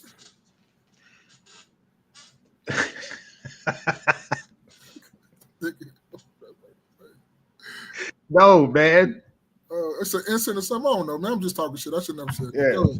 Yeah, it's an incense. You burn the incense. Oh yeah, you on your what you call it stuff. Putting on your crystal deodorant and all that stuff too. Using salt. Yeah, using salt, crystal deodorant and shit. Sheesh. No, I think more than anything, bro. I think you know the whole mental health. People that just exhibit bad behavior. I'm not going to say they don't need to go to a therapist. I'm not going to say they don't need therapy, I guess. I'm not going to say that they're not in a bad mental state. I think more than anything, people just need discipline. More than anything, I think as it's portrayed these days, people don't need it in that regard. I think it's like people that go to war, to me, have mental health issues. People that seen people die have mental health issues. Shit, that's a lot of people who have been, That's a lot in the black community. A lot of deaths in the hood and shit. That's a lot of I feel you though. I get you though. I get you. I understand you though. What movie was it where they saw a dead body? When it was like Boys in the Hood. Boys in the Hood. Those kids would need some therapy because seeing a dead body is not something that should be happening by any means. Yeah. So and then they were casual about it. Like, you want to see a dead body? Like, what? People that get raped or people that get jumped, shot, they may need to go to therapy and get some mental health, get some therapy. But people that just exhibit bad behavior, no, they just need discipline, especially kids. Because like y'all said, they've seen that happen before. Or it's a gradual thing. It's like they might have thrown something at her and she said, "Stop throwing it at me," but didn't do anything. Mm-hmm. Or they might have hit her with something. She said, "You better stop hitting me." But nothing real, no real punishment for that bad behavior. I don't think these particular ones need bad behavior. I think their parents need whoopings. But like Nikki was saying too, it's all about the women getting out here getting pregnant, being fast, and then you're leaving the. He was saying too, it's all about the women getting out here getting pregnant, being fast, and then you're leaving the. And then you're leaving the kid with their mothers. Your mother didn't live her life already. She didn't raise you. Why would you drop your kid off? Like, I understand being a grandparent, that's different than actually raising a kid. Cause you crazy. Do you think that's a black community thing as well? Just like dropping the kids off at the grandma? No, it's one thing about it. Like, I take up for us, but as a race of people, we fucked up. Like, dead ass serious. Like, you can say all you want to. We can do all the taking up we want to. We can do all the trying to sympathize with people. But like they say, as a race, we start looking at ourselves like, bro, we some fuck. Like Charleston White say, we fucked up. You meant that you fucked up, and now you start trying to fix it. I understand. We understand what happened to you. We understand everything that we go through. We understand all that. But still, you still got to start having some type of accountability for yourself too. We're as a culture of people, black people in the United States of America, we are fucked up. It's just no getting to it. It is no trying to sugarcoat it. It's none of that shit. We are fucked up as a race of people. So, thank you, Desiree. Were you saying something? And people don't be want to take accountability. Like, bro, yeah, I learned that from my mama. I learned that from my parents. I don't think that's right. Start admitting that, like we always say too. Some of the things our parents dish down to us, it was for a reason. Take it. You use it. You keep going. The stuff that we didn't like and you didn't use that you think was cruel, okay, we need to throw that away. We need to heal from that trauma and keep it moving. But I'm not going to sit up here and say everything our parents taught us and did to us was wrong. And no, it's not.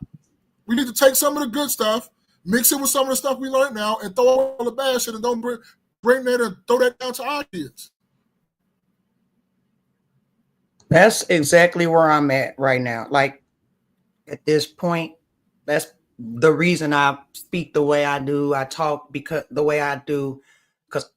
And that's just like Charleston White said that too. When you try to be nice, you want to explain, you want to handle people with kid gloves. They don't listen. They don't want to hear it. So as far as for me, I recognize when you letting the devil use you, and when you decide to let the devil use you, then I turn into Peter. I'm going to just stand 10 toes down because I am frustrated. I'm tired. Soft talking not helping. Community programs not helping. I got an organization. I work in nonprofit. I'm a case manager. I work with the homeless population. It's a mess. I'm saying a mess. Now, where I live, particularly, to answer your question, Space, is about, do you think it's just a black? And why you were saying that, because I see a lot of, I live in a very mixed neighborhood. So I see a lot of white grandparents with their kids, but then when I start just thinking about it, they mixed kids.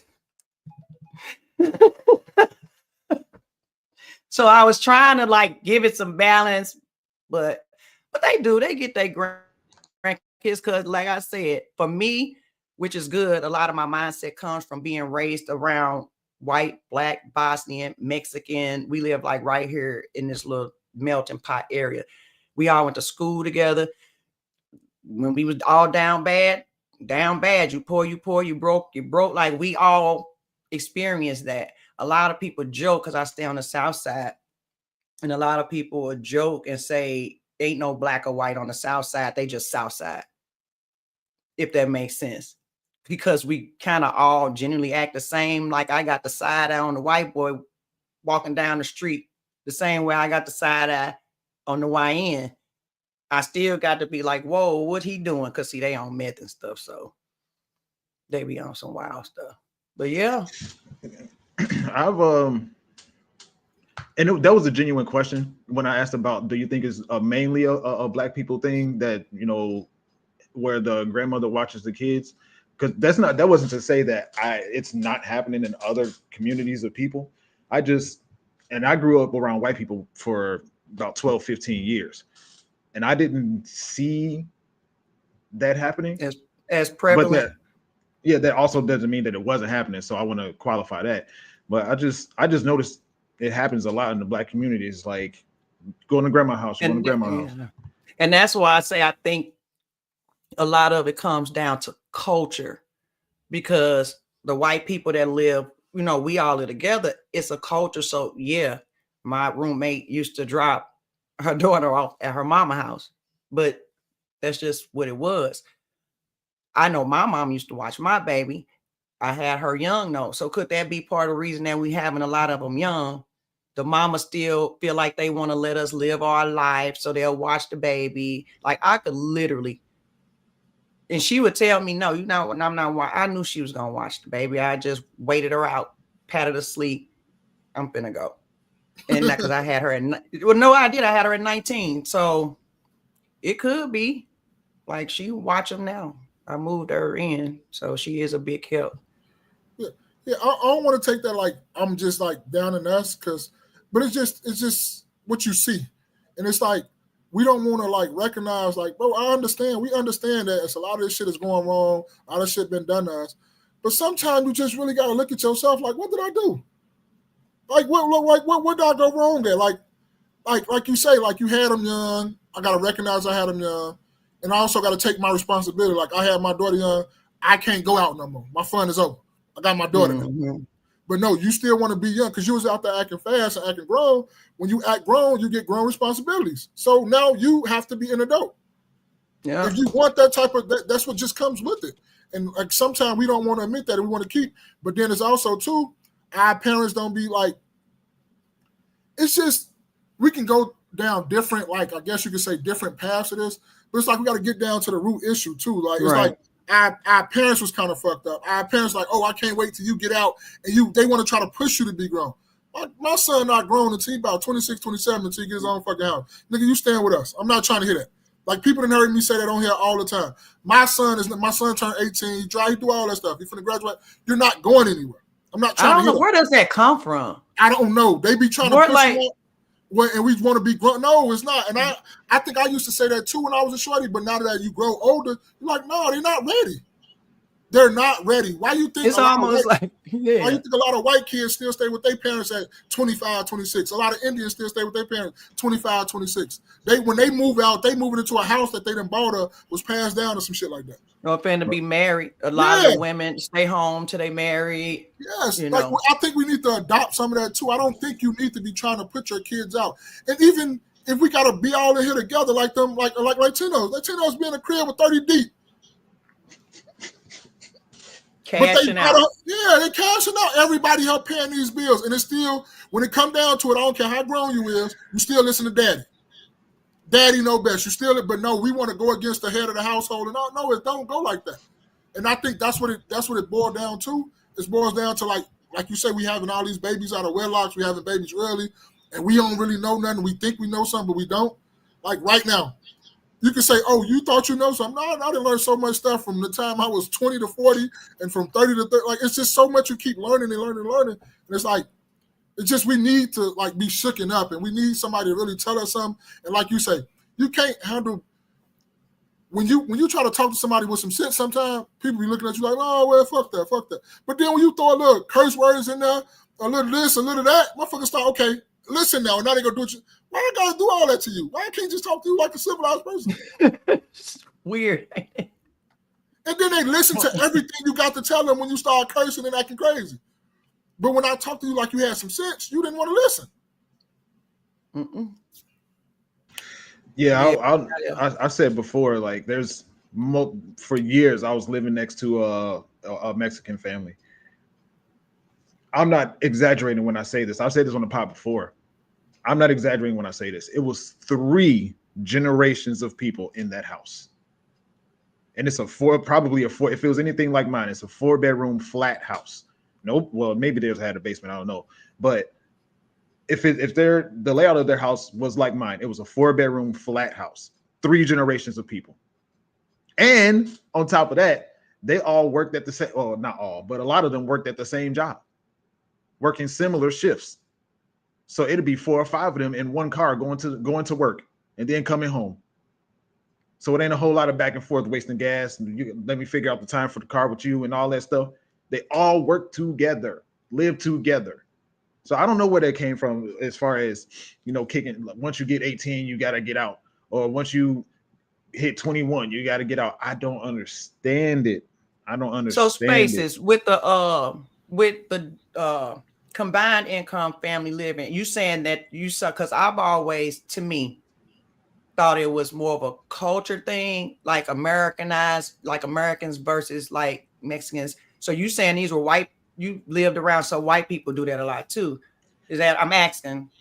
The family I was talking about was Mexicans, but I would say, I don't know how the white people did it in their houses. I think that's American culture to where we don't want to live together, not the pushing out. I'm talking about the combined incomes, building wealth. I think all of us want our privacy for some reason. So, because I was thinking about that's part of the reason I moved my mom in the house. Because I would just listen to, like you talking, listen to different podcasts and you thinking, and then I'm struggling. And like, spaces, my husband left early, ex-husband left earlier this year. So that I had to start making some decisions. Okay, what we going to do? My mom on a fixed income. She over there, scraping. Why do I have her over here? I need help. Still my mama. I'm not going to let her, just move her over here. Yeah. And then you start looking at it like I ain't for the stretching all this out because I got to help my mama too. So what, not if she needs some help, now I'm helping a whole nother household on top of the household I'm already in. Right. So now I got me, my mom, the 2 boys left in the house. So going oldest and I got him, he very responsible. Thank God for him. So yeah, and it works. So it's a big support. The kids love having her here. I love having her here. I can't remember when I cooked last. I said I was going to barbecue the day before. You hear me? You hear that all that St. Louis. You hear all that St. Louis up in you. All that here, there, over there. Do you know that we didn't even realize we did that until Nelly came out with Country Grammar. Now, mind you, when he came out with it, it was still regular to us. We didn't get it until other people start saying, "Oh, y'all talk like this." That there, her, word. Like we never really noticed it until he made Country Grammar. And we all go out of town. People would bring it up after that. Or they was like, "You don't have no grill?" Everybody thought that I should have had goals, which a lot of people did have goals. So girls, boys.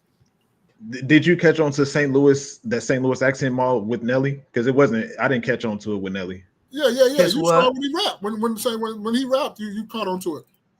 I caught on to it with Chingy. Like really? when I really noticed it was a thing, I caught on to it with Chingy. J-Lo on the track. What's up, bro? Been a minute, man. What's good? But so yeah, you guys got anything else on that before we move on? Nikki, you gonna stick around with us for a minute? Yeah, I hang out with you. Yeah, we can go to the other one. I was just Jay every day too. I forgot to tell him that just connect with the same one. We just sitting up here talking. I totally forgot about tell Jay every day to connect with the same one we had. Well, I'm using my phone as a camera, so you'll have to text him. No, he just called me. That's why I just went off. He just did. I forgot to call them and tell them to go to the same one. We started going conversation and all that stuff. All right, cool. So this one came across my purview. Thank you guys for kicking it with us. Hit the like button. Share this with someone. Let them know that your favorite After Church podcast is live. We have our very first female guest on the podcast, Miss Nikki. Very first. She has her own channel, Just a Brown Girl in America. Check her out. Every day I look at her channel, she got at least 50 more subscribers. She's growing fast, man. I could teach me the way. Praise Yah. But so check this out. This came across my purview. I won't lie, this is an unfortunate situation. So Mal, we talked before, way back when we were in the dojo, when we were talking about how women react to men opening doors for them, right? Holding doors for them. All right. Check it out. Here we go. Let's see here. I should have pulled right here. All right. Shopping center that escalated from a courteous gesture to a violent confrontation. Good evening, I'm Steve Eager. I'm Heather Hayes, Fox 4's Alex Boyer, live with the details from arrest records. Alex. Hey guys, and according to that arrest warrant affidavit, we now know that it was the victim who got mad at the suspect for not saying thank you after she held the door open for the suspect at an area business. Well, that ended up spilling over into another nearby business where the arguing continued, and then once they were outside, that is when that verbal altercation turned deadly. the shooter was telling them, come outside, like let's handle it outside, like, you know, let's fight outside. And the mom and the daughter were kind of just like telling her to like go away. This 27-year-old nurse who asked that we not use her name had just walked out of this PetSmart store located off West Wheatland Road in the southeast Oak Cliff area of Dallas Tuesday afternoon when she noticed two women, one with her 20-year-old daughter, arguing in the parking lot. Moments later, she heard gunshots. But the mom and daughter tried to like get in their car and like de-escalate the situation, but the lady wasn't having it. So they ended up starting to fight. And then that's when the lady pulled out her gun and shot her. Dallas police later identified the suspect as 22-year-old Kiona Hampton. She fled the scene in her car, but was arrested hours later with the help of surveillance video that captured her image, car, and license plate. The witness ran to help and put her training to work, performing CPR. The daughter was next to the mom the whole time. She it's hard because, like, you know, the screaming of a child for her mother is never easy, and it's never going to leave my head. The victim, identified as Cecilia Simpson, died at the hospital. All of this started on the other end of the shopping center at Five Below as both the suspect and victim exited the store with something that might seem like a simple gesture of courtesy. According to the arrest warrant affidavit, Simpson got upset at Hampton for not thanking her for holding the door. It spiraled quickly from there. Hampton, who reportedly waived her Miranda rights, confirmed that she engaged in the verbal dispute, entering the PetSmart twice and continuing the argument, throwing a drink bottle at Simpson's car when she was about to leave and engaging in a physical altercation with her, adding that she took out her gun and shot Simpson, stating she was trying to get Simpson away from her. And again, the victim's daughter was a witness to all of it. I've been trying not to cry, but just like, you know, being in high school, like my mom was such an important person during my lifetime, and she's the reason I became a nurse. My whole family is. Honestly, if I could just hug that daughter, like, I just feel so bad for her, and I just want her to know that I did everything I could. Those other people did everything they could. And those other people included two other nurses who rotated in CPR. Meanwhile, I can tell you that Hampton remains at the Dallas County Jail and no bond has been set. Back to you. All right, Alex. Oh, Jerry Day back. All right. My bad, Jerry Day, man. I forgot to call you. We started talking. My bad. All good. So, yeah. So the situation, Jerry Day, did you catch the video or no? I caught the tail end of it. All right. So, woman held the door open for another woman. She didn't say thank you, and it was.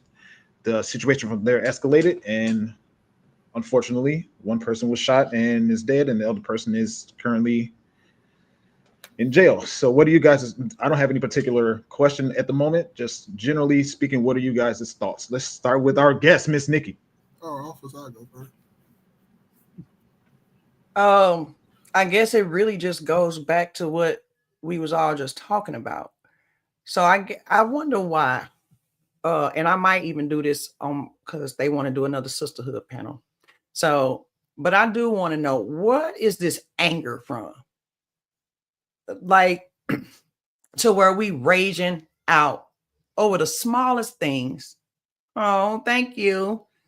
But I do want to know, where is this anger? What is this aggression? What is this in women? Because right now I have to address the women. Why in the world would you let this escalate like that? Why would you shoot her? Like, why is that always the first reaction, is to unalive somebody or shoot them? Because I didn't hear them say she put her hands on her or anything like that. Correct? Did I? Right. She said she shot her because she was trying to get her away from her. Right. That is not a reason to unalive somebody. Now, I could see if she was feeling like her and the daughter was probably going to try to jump her. She did antagonize her and all of these good things. But I guess I'm just old school. Like, to me, that turns into a fight. It don't turn into your life gone. So I don't know. I'm just so confused about the word. Do you think this anger is part of our culture, like what we intake, the music we listen to? Do you think it has something to do, or people would try to say, you know, the oppression? Like, why are we angry? Can somebody answer that for me? You know what, I think a lot of them angry and stuff too. And I say this because my son, right? Remember back in the day, Jerry Day and Spaces, I had gave y'all them questions to ask y'all kids and stuff like that. And I asked my son, I say, one of the questions was, what do you want to know about the world that you don't understand? And he was like, it hit me because my son said, how can people be so cruel? I'm like, what? He's like, how can people be so cruel? Why people are so angry and stuff like that? And it took me back because I had to think about it for a second before I answered. So I want to make sure I answer right. And the first thing that came to my mind is hurt people hurt people. When you don't got nothing going on, you ain't got nothing to live for, you'll crash out so goddamn quick, you'll do whatever. It don't matter. You ain't got no problem going to jail. Because you ain't got nothing to live for. Ain't nothing there for you to live for. Your job ain't good. You not good. Your mental health not good. All this, you not good. But when you got something to live for and all this other stuff, you think. That's why when men get families, you can do a lot of things to a man before he go and crash out because he got a family. He got to go home to them kids, them babies. He got to go home to that wife. He can't just be out here crashing out. Only way he'll crash out is if you did something to them. Then that's when he'll crash out.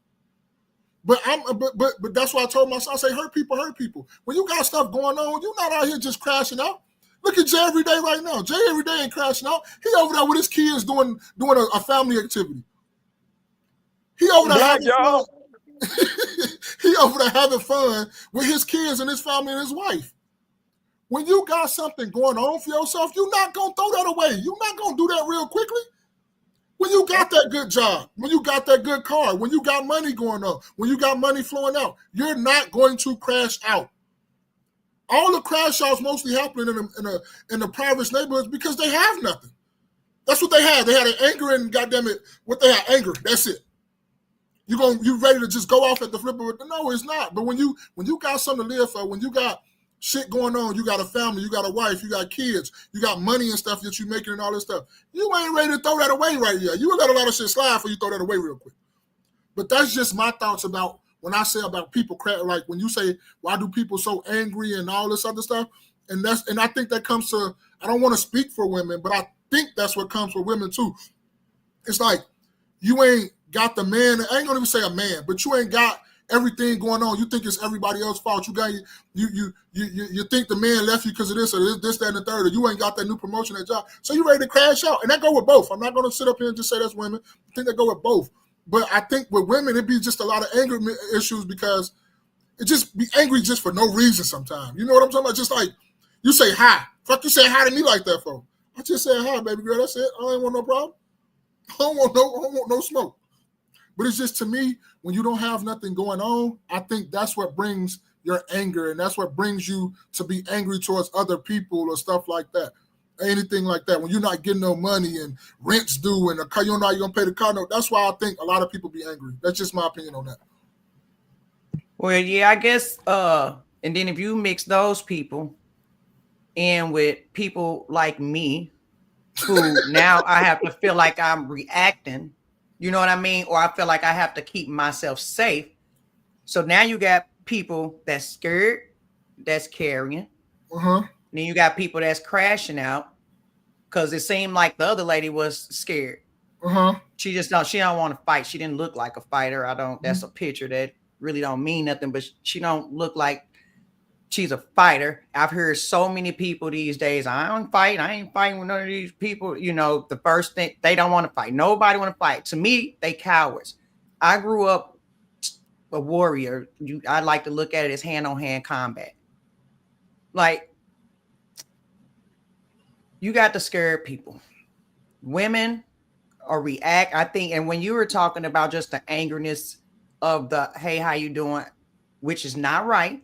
We do need to work on that, but I think that comes from conditioning too, because you do just have some insufferable men. Like, I go to the gas station, you got the bums, or you got guys that if you don't speak, because now you speak anyway, because you're scared they're going to cuss you out or do all of this, you know. So then we get conditioned to start kind of just shunning away. Like, I had to stop because I had practiced not being approachable when I get out to go to the gas station or I go to the store. I don't want nobody to think I'm nice.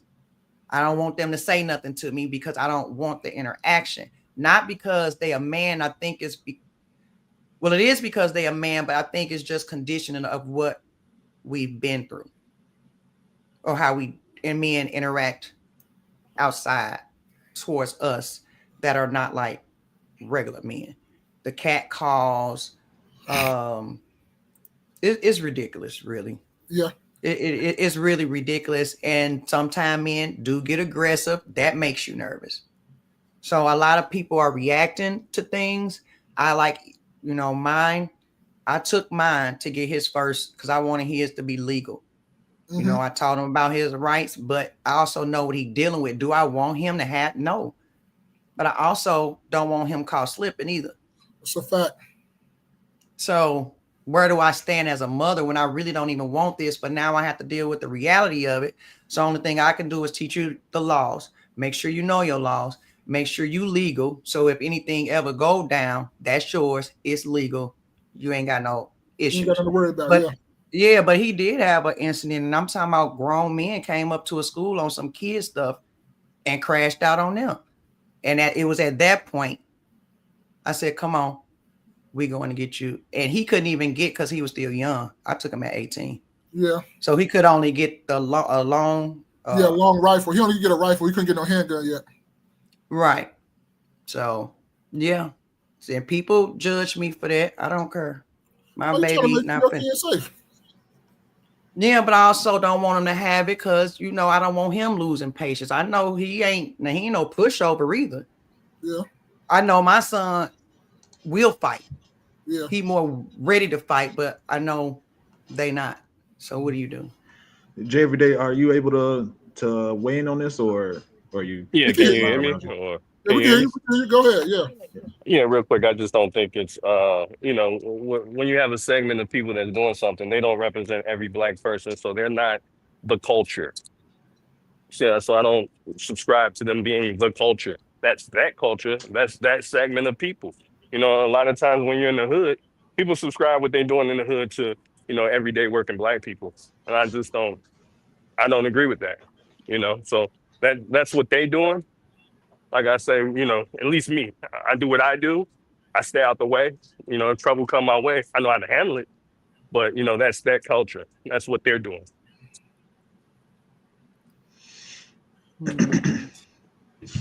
I'm sorry, y'all. My dog I don't even know how she learned how to open this door. She learned to open the door. She came here like 3 times. Like,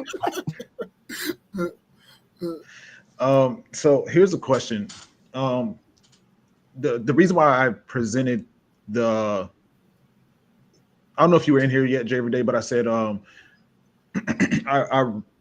was referring to a while ago when we were on the pod way back when we first started, when we were audio only, and Maul was talking about how women react to men opening doors for them.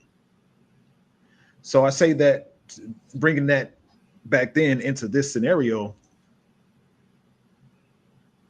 a lot of women talk about chivalry being dead, right? Yeah. What's to lead a man to continue to be chivalrous when a woman tries to be chivalrous to a woman and ends up dying for it? I look at it like this, Space. It's like Jay every day said, it's all individual things, but that's you. If I'm a chivalrous guy, you already know. I already say I'm from down south. That's just what we do. That's just who I am. I'm not going to stop being who I am because you got a problem. So if you're a chivalrous person and you're a chivalrous guy, you're going to continue to do chivalrous things. I don't give a fuck if you got an attitude and your day fucked up and because you ain't got nothing going on in your life, you're going to project that on me? No, I'm going to still be holding door because every woman ain't did nothing to me. That woman did. So I'm going to still open the door. I'm going to still look out for women because that's the way I was raised. That's the way my mama raised me and my grandma raised me. I'm still a representation of my family. So I'm not going to be out here doing nothing crazy because I represent my family. I have something still to represent. So to say chivalry is dead, no. Is women killing chivalry? No, I still don't think that too. I just think that if you're a guy, you're chivalrous, you're nice, you're all these things, you be that. You just watch who you be that too. And just watch out for it. You feel me? You ain't got to sit up here and go back and forth and be arguing. And oh no, I'm still going to open the door. Even if because tell you a story, right? I was working for this company. I was coming out the bridal shower store, right? I'm not going to tell you what the little women look like, but I opened the door. All the women went through, and then none of them say thank you. Boy, I was finna open my mouth and let all them motherfuckers have it. But the last lady said, oh, thank you. I say, oh, you lucky, because I was finna let y'all ass have it. And I wasn't going to fight, but I was just going to let them know, like, you could have said thank you. I was going to say something, like I always do, because I hold the door for anybody, man, woman, or child, because I always watch my surroundings. So I know if you come in the door behind me, I didn't see you get out your car. I didn't see all this stuff before you even see me. So I'm going to hold the door for you. I'm going to make sure you get in safely. I want to make sure all this stuff, because that's just who I am. I don't subscribe to, like Jerry Day said, I don't subscribe to all that ghetto. I don't subscribe to that stuff. That's not me. That's them. But to go to make it full circle, no, I don't think chivalry is there. And no, I don't think guys need to stop being chivalrous. You just need to watch it. Just still open the doors because that's who you are. But if you don't want to be chivalrous, I don't blame you. I still am cool with that. But I'm just saying, for me, and because I can only answer for me, no, chivalrous is not dead. And you shouldn't just stop holding doors and nothing like that, because that's your mother and your father raised you that way. So keep holding your name up, be chivalrous, be nice, be kind, because that's you, a representation of your family. Yeah, I don't disagree with you by any means. I was just thinking, like, men get a lot of flack for not being chivalrous. And then, when a lot of men do be chivalrous, there's no level of, there's not a simple thank you a lot of the times, or maybe they're just not thinking about it or whatever. But then we have this situation where a woman opens the door for a woman, and the woman that opened the door gets shot because the one that shot her didn't say thank you. It's a simple thing. It's basic courtesy, right? If somebody does something nice for you, you say thank you. But also, too, at the same time, even if they don't say thank you, those spaces, I still, because like Jerry, they said, well, we victim blame. The woman that still says something to them, after you open it and you said something to them, keep that shit moving. They already crazy. 100%. They already, because if they didn't say thank you, and I already know they crazy, because if I hold the door open for you, any sane person, even if they wasn't paying attention, when I hold the door open for them and I say something to them, they say, oh, my bad, I'm sorry, thank you. I didn't mean that like that. I'm just somewhere else. I don't know how many people hold doors for people or whatnot like that, but everybody that's got good sense say that. So if they would have started going crazy about saying thank you, all they screws is not there, let me leave them alone because they some crash outs. And you keep it moving. That lady just would want, and I'm not blaming her. But I'm just looking at the whole thing about the situation. Once she says something to them and they ready to crash out and they ready to argue, let that door go get in your car and go on about your business. Yeah, I 100% agree. She should have known she wasn't going to get a thank you when it was a big bag.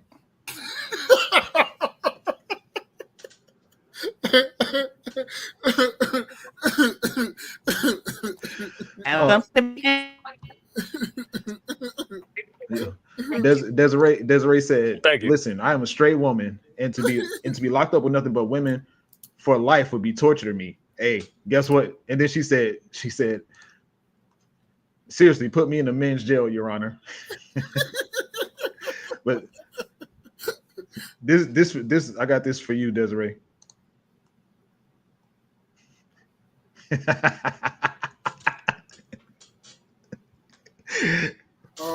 So I mean, you might have options. I'm just saying, if you go to a female prison, just say it. Just be like, I identify as a man, sir, judge. I am a man. Oh Lord. And what they gonna do? I cut you? I'm sorry. Put you right in a man's prison. Did I cut you off? It sounded like you were about to say something. No, I was actually holding the door open for some women behind me. I'm serious. You think I'm joking? I'm serious. Look, there's all these women. I was holding the door. Did they say yes. Thank you? Absolutely. She's talking about big bag. Hey, but you know what else too though? My wife a crash out though. Because I taught my son to hold doors open. And my wife be getting mad when women take advantage of that because they won't say nothing. And I have to grab my wife, like, no, chill out. Grab her, pull her back close. Because my wife will say something. Because she was like, don't hold the door for them bitches. Fuck them. And I'm like, no, I didn't teach him that. Let him do what he do. That's what he do. So I'm not going to discourage him from doing that. So no. But yeah, my wife will crash out, or a woman I'm with will crash out if a woman don't say thank you when you're being nice and holding the door. That's not a natural response for anybody to crash out because somebody didn't say thank you. So clearly there's something wrong with them. True. That's true. You're right. True. But that's what I was saying too. What you say? You muted. He said if they crash out, something wrong with them. Yeah, they crash out for not saying thank you. There's something wrong with them. And that's what I was saying at first. No, because you said your wife be crashing out. Oh, no, she'll say something. Like, I guess I can use the wrong thing. She'll say something. She'll like, excuse me, thank you. And then I have to grab her like, no, don't do that. We're not going to get up into it. But my wife will say something. Me and my son, we won't say anything most of it. When I'm with my family, I'm not going to say nothing. If I was by myself, I'll say something. So, but I was saying that too. If you say something to somebody and they don't say thank you and they want to argue, you know they'll crash out. So you got to go in and keep it moving. But like Charlamagne said all the time, he say, look, us sane people maneuver through the world every day trying to avoid crazy. I think that's how he said it, but he said it in something where you maneuver through this world that we going through every day are trying to avoid people from being crazy on you or whatever, and you leave them alone and you let them be crazy because you're not going that path. You got to go somewhere else. I got to go. 1,000%. I agree. You know, I 100% agree with what you said, though. You said, like, if holding doors is what you're used to doing, or is that what you're taught to do, then continue doing so. One thing I do when I do open the door, or let specifically a woman go through, I make it known to an extent that I'm opening the door for them. So I just open the door and I'll say, after you. Because sometimes people are in their zone, right? Sometimes you're in your zone and you just forget that whatever just happened. And you forget the certain pleasantries, like just saying thank you. Or you might be in a rush to get somewhere. You got to rush past somebody, or you got to get past somebody. And because you're in a rush, you're in the zone of rushing, you forget to say excuse me. So sometimes, you know, people just not paying attention to the fact that they didn't do it. But for it to escalate to a point where somebody gets shot and killed, and now we have another person in jail, that's crazy. Yeah, that's wild. Yeah, that is wild. Yes, I agree. I don't know. For me, I feel like I'm always aware, you know, of my surroundings or whatever. So I'm not. If I bump into somebody, I'm gonna say excuse me. That's just me. That's how I move, unless I didn't know I touched you or something like that. How you doing? All right. But you saying excuse me right now. Yeah. So it's getting a little loud in here. I'm gonna mute my mic. But go ahead. Right there. No, I don't hear nothing in your background. Me neither. You know, you keep muting. You keep muting before every time. Oh, yeah. Oh, y'all can't hear that? No, we're not really. Yeah. No. Oh, okay. Yeah, but no, that's all I'm saying is that you know, do you think more people should be more? You was having a bad signal thing. What you say, Jerry Day? I think you said. I said, do you think people should be more aware? Oh, more aware of their surroundings? Yeah, more aware of their surroundings. Yes. Yeah. Go ahead. Most definitely. No, I was just agreeing with him. Most definitely. I was gonna say, now that's an easy way. Everybody got their triggers. Don't judge me. But that's an easy way to make. I haven't done it, so I do have self-control. But when people bump into me, which happens more often than I think it should, and literally don't say anything. And I ain't talking about like a swipe. It's like, or it's like, whoa, you know what I mean? And then it's that makes me feel like you attacking me. I'm going to my victim mentality. Lesson 1, this victim mentality that triggers me, make me crash out. I don't like it, and it makes me feel like you're attacking me. And I take it personal. I don't know why I take it personal. And it's probably not personal, but I literally take that personal. Am I wrong for that? No, I think all of us got little gripes, though. I think all, like, what like you say that might, because I'm a big dude, so I don't be, because I ain't worried about you really moving me like that. But I understand where you're coming from. Everybody got little gripes like that, which is what's Moss said, I'm a big back. I ain't got no. He say big back, nigga. See, he gonna try to slide that joke in. You see how he gonna try to slide that joke in? I did not say that. You see that? You see? And you see why I wonder why I stay on his high yellow ass. You see that? Say the narrative for change quick on you, boy. No, but it's like you say, like, I think everybody has their triggers to some things that just trigger you that wouldn't trigger nobody else, but it just gets under your last nerve. But that's just probably one of your things, I think, probably. Yeah. I don't. I was actually thinking like, what is something small that would cause me to have an attitude immediately? I have to think about that. Do you know what yours is, Mom? Something small that somebody. I don't like complaining. I don't like it at all. I don't give a fuck who it is. I don't give a fuck if it happened to you. I don't like complaining. Keep it moving. I don't like it. Because a lot of people like, right, and what really icks me is a lot of people like to complain about something, but you're not doing nothing to fix the problem. You'll continue to do what you're doing and insanity, and then you want me to keep like, I don't want to hear that shit. I got other shit on my mind. I got to pay bills. I got to pay car notes. I don't want to hear that. I don't want to hear that. Oh, you couldn't work at the men's shelter I work at. Yeah. I leave. Okay, I'll keep going. That's why I like where I work at by myself and all that. I don't got to hear people complaining about nothing. Because like, and that's what everybody. A lot of people just love to complain just to complain. For what? Like what you complaining about it is not going to do to me. When you complain about something, all you do is keep thinking about it. So therefore, it's going to keep making you mad, more rage. So now any little thing somebody else do besides complaining is going to tick you off, and now you're ready to crash out over what? Yeah. Every day, you know what yours is? Like your thing that'll like something happens and it immediately causes you to get an attitude. I don't think you really has. Jerry, do you guess? Oh, you said I mean, yeah, we got you. Yeah, I really. Go ahead. You hear me? Yeah, we get you. Yeah, no, it's not much that really give me.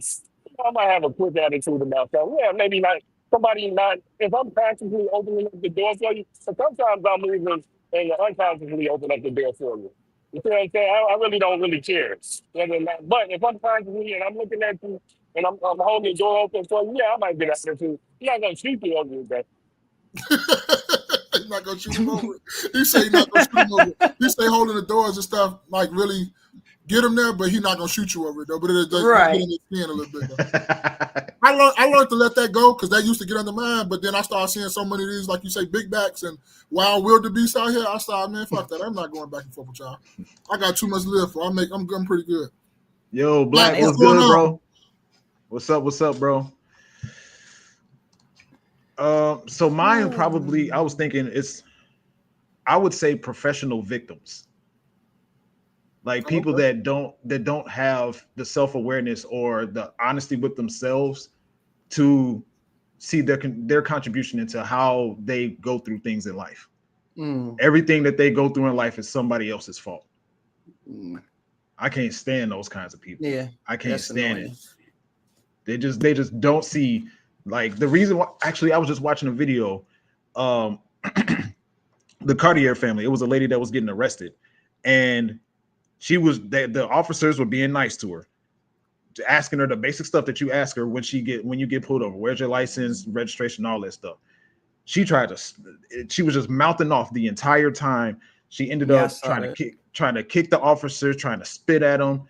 One of the officers was trying to hold her down. Like she was on her back, and he was trying to hold her down. She tried to bite his hand, and everything, and like she was just constantly escalating the situation, making it go higher and higher and higher. And everything that she was saying was somebody else's fault. Like what? None of this is your fault. None of it. Okay. Then they'd be like, "I didn't kick you." I mean, I heard that on those cop cams. I didn't even kick you. And she tried to. It was white officers with a black woman. She tried to pull the race card. Hey man, you behind enemy lines. Get them what you get to get them, and shut the fuck up. Get them that social, whatever they ask you, the license, registration, and proof of insurance, and you don't got to say nothing after that. Is that your correct address? Yes, and just be quiet after that. You don't have to say anything else. You're 100% right. And you know when they want to pull you out the car, let them pull you out the car. If you want to feel safe, you can pull me out the car, put the handcuffs on me, and put me back there. It's cool. I ain't for to fight you. But you trying to fight and stuff, that would make it worse. Go ahead, Trace. Now I do think that the whole the BLM defund the police movement and a lot of these things kind of messed up our youth on how to interact. Because I can remember we were taught how to interact with the cops. Like coming up, my mom, as a black woman, or my brothers, they told us, look, just do this, just like you said. This the rundown. But now everybody's defiant to the cops. You don't have to do this. I don't have to do this. Ever since then, and it ain't doing nothing but getting them in harm's way in some cases, locked up. It's embarrassing. You know, it's I think, BLM did that. I think the whole Black Lives Matter, demonizing the cops, making black people think, you know, that all them hate them, so you don't have to have no authority over me. I've been seeing a lot of I don't need a license because I'm commuting. You know, they've been using that. Yeah, they start using that, thinking that's gonna get them out. They want to escalate. So I don't know. Wow. But I do think BLM had a lot to do with how we interacting with cops and all the issues that's coming up now. I think a lot of these YouTube channels about this auditing shit had a lot to do with it too. I think it's a compound of all that. Because these you said about the what? The auditing channels. Them auditing channels that be doing what they be doing when they be interacting with the police, and everybody think that you can say and do what you want to do. Like you, sometimes you be thinking that, oh, you can just say no. You can't say that. You can't do that. And I told my son from the day, hey, cop pull you over, yes so, no so, do whatever he tell you to do, be polite. I don't give a fuck how many attitudes he have, you be polite. You give him whatever you need to give him. If he got to take you to jail or whatever, let him take you to jail. We'll fight it somewhere else because you can't fight it right there. You're not grown and strong enough to do anything about it. Let him go ahead. We come to get you. Don't worry about that. And we're going to get a good lawsuit. What you say, Here's another question about this whole woman getting shot thing, right? Yeah. So what I haven't heard yet, because this is on the news, but it's not, you know, viral news, air quotes viral news. But this is a gun violence case, right? Mm-hmm. So I haven't heard anybody yet say anything about stricter laws on you know, guns. Now you know why that is, Texas. Why is you know why? It was black on black. They don't care nothing about that. It's not making them no money. Are you serious right now? But guess what? Let Big Back had been a big back turn, and she the one got shot. Oh, it'd have been all over the place. Everywhere. It'd have been in lights, big shiny lights, everything. But so yeah. This is what I got to say with you know what? Let me make sure it works. Hold on before I'm low-key trying to look at the tour Jay every day giving us to him. Just oh, that's the Black Museum and what you call it. That's you that Black, the Black Museum, right, Jay, every day? It's Black Girl Art Festival. And maybe Pierce. Okay. Hey man, when you just like Spaces, remember when you were saying you was just touring Chicago as a Chicagoan? When you just tour Chicago, bro, Chicago is very beautiful. They try to paint us to be so bad, but when you come here and you just do on some tourism type shit, Chicago is a fucking beautiful city. You muted. Jay, every day it's starting to pick up your background. But you remember that, Spaces? Yeah, absolutely. And you know, it kills me, just like what I think was Jay every day to say it earlier. A lot of stories in the news, or not in, well, I guess in the news, but on the internet and on the news, will paint Chicago in this ugly lights, make it seem like it's this ultra violent place, and like as soon as you step out of your car, you're gonna get shot and all that stuff. Look at Jay every day is out. He's probably out and about in Chicago more than me and Maul combined. Oh, that's a fact. That nigga, I don't want to say that. That's my homie. But yeah, that man is always in the city. I don't be in the city like that. I ain't trying to hear that shit. You know what I'm saying? So, and then, speaking of the whole, you know, Chicago was a super dangerous place, and you're gonna get shot. Let Chris Tucker explain it for y'all. If I could, I'd murder your ass right now, coming out here with a gun and shit. You know, guns don't kill people. Stupid motherfuckers with guns kill people. Hey, and guess what? If you're not part of the culture and you don't know what movie it is, you're on the wrong goddamn channel. Keep it moving. You're on the wrong channel. Just saying. All right. So we got one last subject, unless y'all got to go. Yeah, let's go ahead and wrap. I'm pretty good up out here. What subject you want to do? You got one more? You got one more? This one Jay Day sent us. Okay, bet. Let's go ahead and get that one, and then we can finish. All right. So this is something Jay Day sent us. Thank you guys for kicking with us. Hit the like button and share and let people know that your favorite After Church podcast is live. All right. So this is something Jay Day sent us from TK Kirkland, and I have not seen it yet, but it looks like a funny title. Let's see here.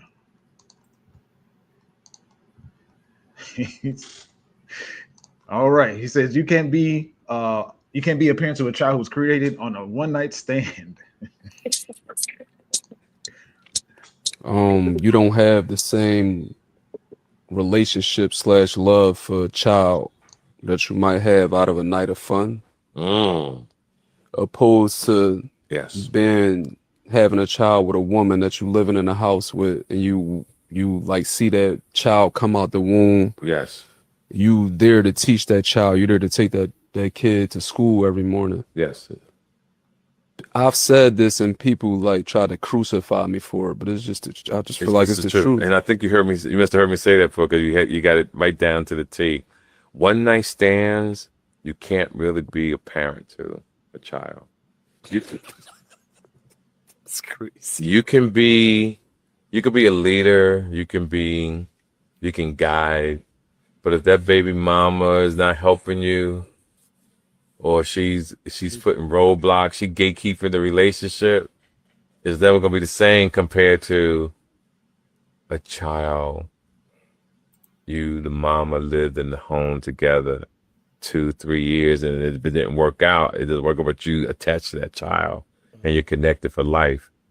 But if you have a one night stand and that girl gets pregnant, it's never gonna be the type of relationship you really want to have, because it's really based on her. And women, all of a sudden, when they get pregnant, they want to keep the baby, and they'll say, well, health reason or religious purposes. And I'll tell a female, well, bitch, you wasn't religious when your knees is behind your chin. Bitch, you wasn't religious then. Oh, man. I've seen men try to pay women thousands of dollars not to have a baby, and the girl still had a kid, to chase a nigga for the rest of his life for child support. Mm-hmm. Ladies, if you don't want to have a child, keep your legs closed. Don't never believe a man. He says, hey, he got a condom on. Check the condom. Because niggas sabotage themselves. They'll put a hole in the condom, put the condom on, and fuck. And the girl's fucking. She thinks she's safe, but the hole is getting bigger and bigger, and the nigga nut. And then when she get pregnant, nigga like, it ain't mine how that happened. But you sabotage yourself. You young niggas and older niggas got to stop that shit. Don't sabotage yourself. That's dumb than a motherfucker. And I know you motherfuckers undid that shit. I ain't never do no shit like that. I ain't pointing at me.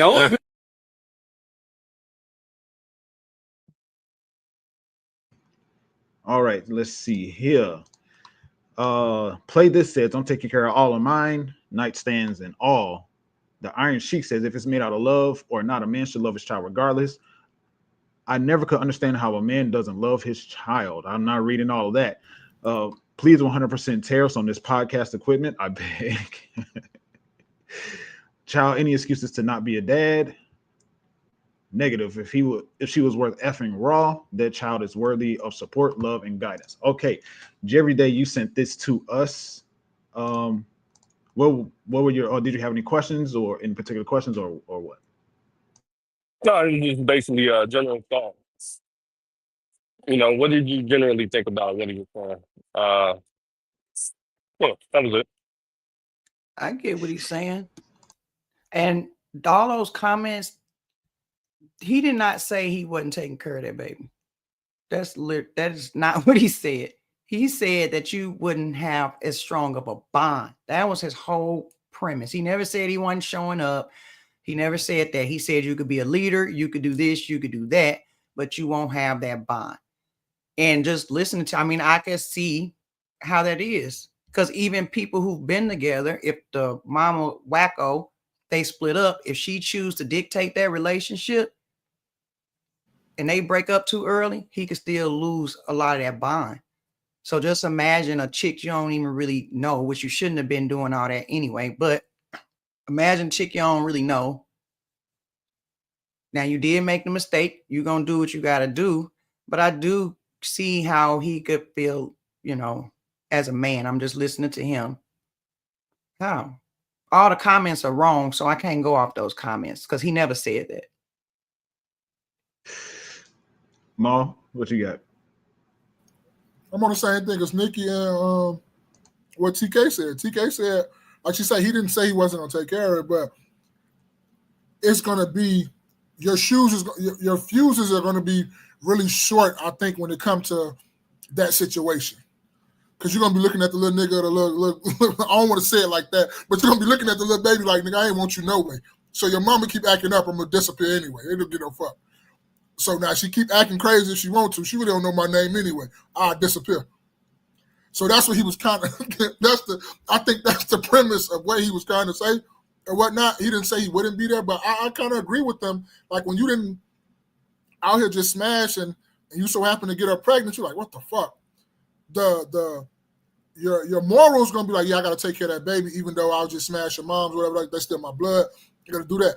But it's understandable where he come from, because at one point, me and Jerry Day was talking about this one time. I don't know if you remember Jerry Day, but we were talking about, I think what me and Jerry Day was talking about, we was talking about why do sometimes don't siblings, because we was talking about is blood really thicker than water, and Jerry Day brought up the premise of when you have kids with like different men or whatever and different people, they ain't got fully the blood, so sometimes they clash and stuff like that because they don't have all the full blood going through their veins. You feel me? When you got different daddy, and I'm not saying this for all relatives or anything like that. I think that's the premise of what Jerry Day was saying, but like it's understandable because we're all competitive in some type of nature or something like that. So I totally get where TK was coming from when he said what he said, and I'm totally agreeing with what Nikki said too. It's like he didn't say he wasn't gonna take care of him. He's just saying shoes, the fuse gonna be short, and it's gonna be very difficult to do so. I'm gonna have to disagree. I think, well, let me see. Let me pull it back up. Yeah. Maybe I'm reading too deep into the title of it, but he says you can't be a parent to a child who was created during a one-night stand. He said you can't be a parent to a child that was created on a one-night stand. Now, if he said it'll be harder to bond with a child that was created from a one-night stand, then I would understand that. But Ma, you said have siblings clash when they don't have full blood. Full-blooded siblings fight. Full-blooded siblings probably. I would wager. I'm pretty sure I could find a story of full-blooded siblings shooting at each other and being violent against each other. I'm not saying it is. I'm with you on that. I'm not saying it do, but I'm saying it's more likely to when you don't have the same parents. Like people in the same household class too. I'm not gonna step in and say, we're talking absolutes, but I'm just saying it's more likely to happen. That's all I'm saying. I think it's title was clickbait. Go ahead, Jerry Day. Now, I think his title was clickbait. It's to get you in there. It's to have the conversation. I think he cleared it up. Well, I think parent means a different thing than just dad being, you know what I mean? Like then parenting is parenting. Like, so I get why he put that title. He can't really parent that child like he would parent a child, raise a child that was in the same house or bonded like that. But then, yes, he can be a dad. Daddy. He can be a financial provider. He's saying that. So I think that's where that title comes. I'm just assuming. But to me, that's what parent mean when he said you can't be a parent to that child. I'm not disagreeing. I'm thinking about like a lot of times, I'm sure we've all heard it and seen it personally or on somewhere in our circle, where a mother and okay, how about this? A husband and a wife have a child together, and they separate, and the woman holds the child over the man's head. Mm-hmm. So I say that to say all the time, do women in particular have a bond, like they start to choose the child over the husband. And I say that to say, I think a man, obviously, it's a one night stand. You should be protecting yourself, which is that was a part of what he said towards the end that I really agree with. I disagree with like the first 80%. But when he started talking about ladies, keep your legs closed, fellas, put on the condom and don't poke holes in the condom and all that stuff, I 100% agree with that. But when it comes to one night stand, you separate. When it comes to the children, to me, and the mother and the father aren't together, it's about the child. When a man goes and impregnates a woman and he knows what he's doing, most children are created. I would wager most children are created from people not practicing baby prevention. There's before, during, and after measures to, I said this before, during, and after measures to baby prevention. She could be on birth control. He could put on a condom, plan B, pull it out. There's all kinds of different options. So with this one night stand, you knew that you went out to potentially have sex with the woman. You already knew in your mind that you weren't going to have a condom on. You impregnate her. Once you do, like Maul said it before, once you squirt your seed into that woman, she chooses what happens after that. So if you impregnate her, you should be father, dad, male role model, all of that. I can't take that away from him at all. I mean, you should be, but I think he asked, can you be though? It sound good. But if we talking about reality, yeah, it sounds good until she start getting on your damn nerves. Oh yeah, no. I'll agree with that. Like he at one point he 100%. He said that I 150% agree with. Regardless of if you've been in a relationship with the woman for 5 years, 10 years, 20 years, if the woman that you have a child with start making it super difficult for you to have a relationship with the child, then keep the child. That's cool. I will not fault a man for bowing out of fatherhood. If no man should have to, no parent, but no man should have to fight to have a relationship with his child. You think, speaking specifically to that, because now we're going into another conversation. Do you think if men start calling women's bluff when they act like that, now you can't say I'm this and that or whatever? I'm not her, so I don't know how women actually keep them, you know what I mean, from y'all. But when that's happening, do you think if a man called up bluff and said, you know what, since you don't want me to be dad, I'm going to sign my rights over, you think they'll go for it? No. Yeah, just bluffing. No, I'm saying, just call a bluff. Like, since this is what you want, let's give you what you want. Since this is what you want, I'm going to sign my rights over and don't call me no more. No, but you know what else too? Only way they wouldn't be bluffing is if the money got to go with it. See now, that's going to go. All of it going. Yeah, but see that's that. Now, if the money go with them, and hell no, you ain't signing over your right. I ain't doing this by myself. That's okay, then give me my baby, heifer. Yeah. And so you're right. You're right on that. You're right on that. That's why I be telling my sons, I be like, Yeah, they be straight up bluffing. Now I have a big blended family. Like we got 8 kids, but we don't have them issues. We didn't have the courts. So they tried to make me put child support on them, all that. And I was like, why? I don't need to do that. We already got an agreement. We filled out the paperwork, joint custody. He get 1 week, I get a week. I don't need child support. He had clothes for his house. I got clothes for my house because we got tired of all the packing. It felt real traumatized, like a lot. We wanted to make it as smooth for the kids as possible. Not the fact that you got to pack this bag up, get all this stuff together, and do this and do that. Now you taking out. No, this is your home. This is your home. You got stuff here. You got stuff there. So really, they just get picked up and go. But you know what else too? That comes to adults. See, when the other thing, when you have all this beef and all this bickering, that becomes because one person is an adult, one person is still acting like a kid.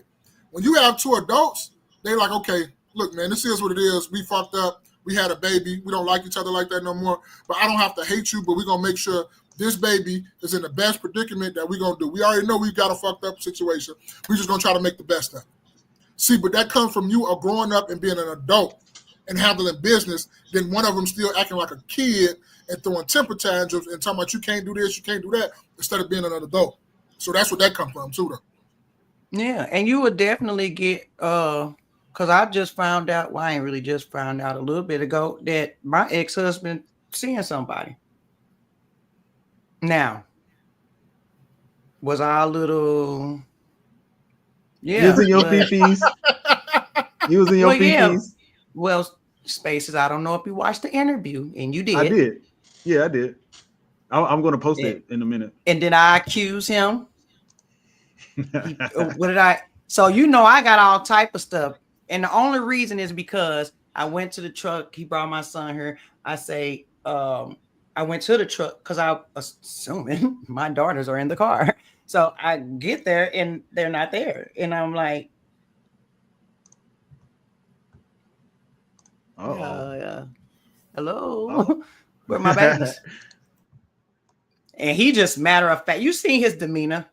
Oh, they at the house was such and such. Like I knew about it first of all. You know, at the house was this. Only reason I knew about it because the kids had already told me about it. Oh, I was hot. I was hot like really fire. Yes. We don't know her because here's the thing, and this could be my woman brain, and I actually don't even care. And I told him that this could be my woman brain. So either they with a random, right? And if you tell me she's not a random, then I'm gonna assume that's who you was on the phone with and you were here. So you either left them with a random or you left them with somebody that I feel, I'm not saying it's true, because, and just for a disclaimer, he has never been known for that. So I cannot prove that he ever cheated on me or nothing. I'm going to put that out in the atmosphere because I did say that in the atmosphere when I interviewed him. I cannot prove that. But which one is it? But did I crash out and say, no, go get him? Did I go over there? Some women would have went over there, act a whole, oh, it would have been a whole thing. No, I had to bite the bullet. Guess what? Because I didn't make the decision for us to break up. You did. So did you take the interview down? I don't see it on your page. It's on there. That's like the first interview. It might be under because I categorized my playlist, so it might be under that 101s playlist. Okay, all right, I'll find it in the playlist then. Yeah, the 101. I clipped it up though. Now, yeah, I got all the clips are under divorced and single playlist. I'll probably have to put it in the chat in the after play, but yeah. Yeah, I was mad, but I'm sorry. I was rambling. I didn't crash out. I'm not doing none of that.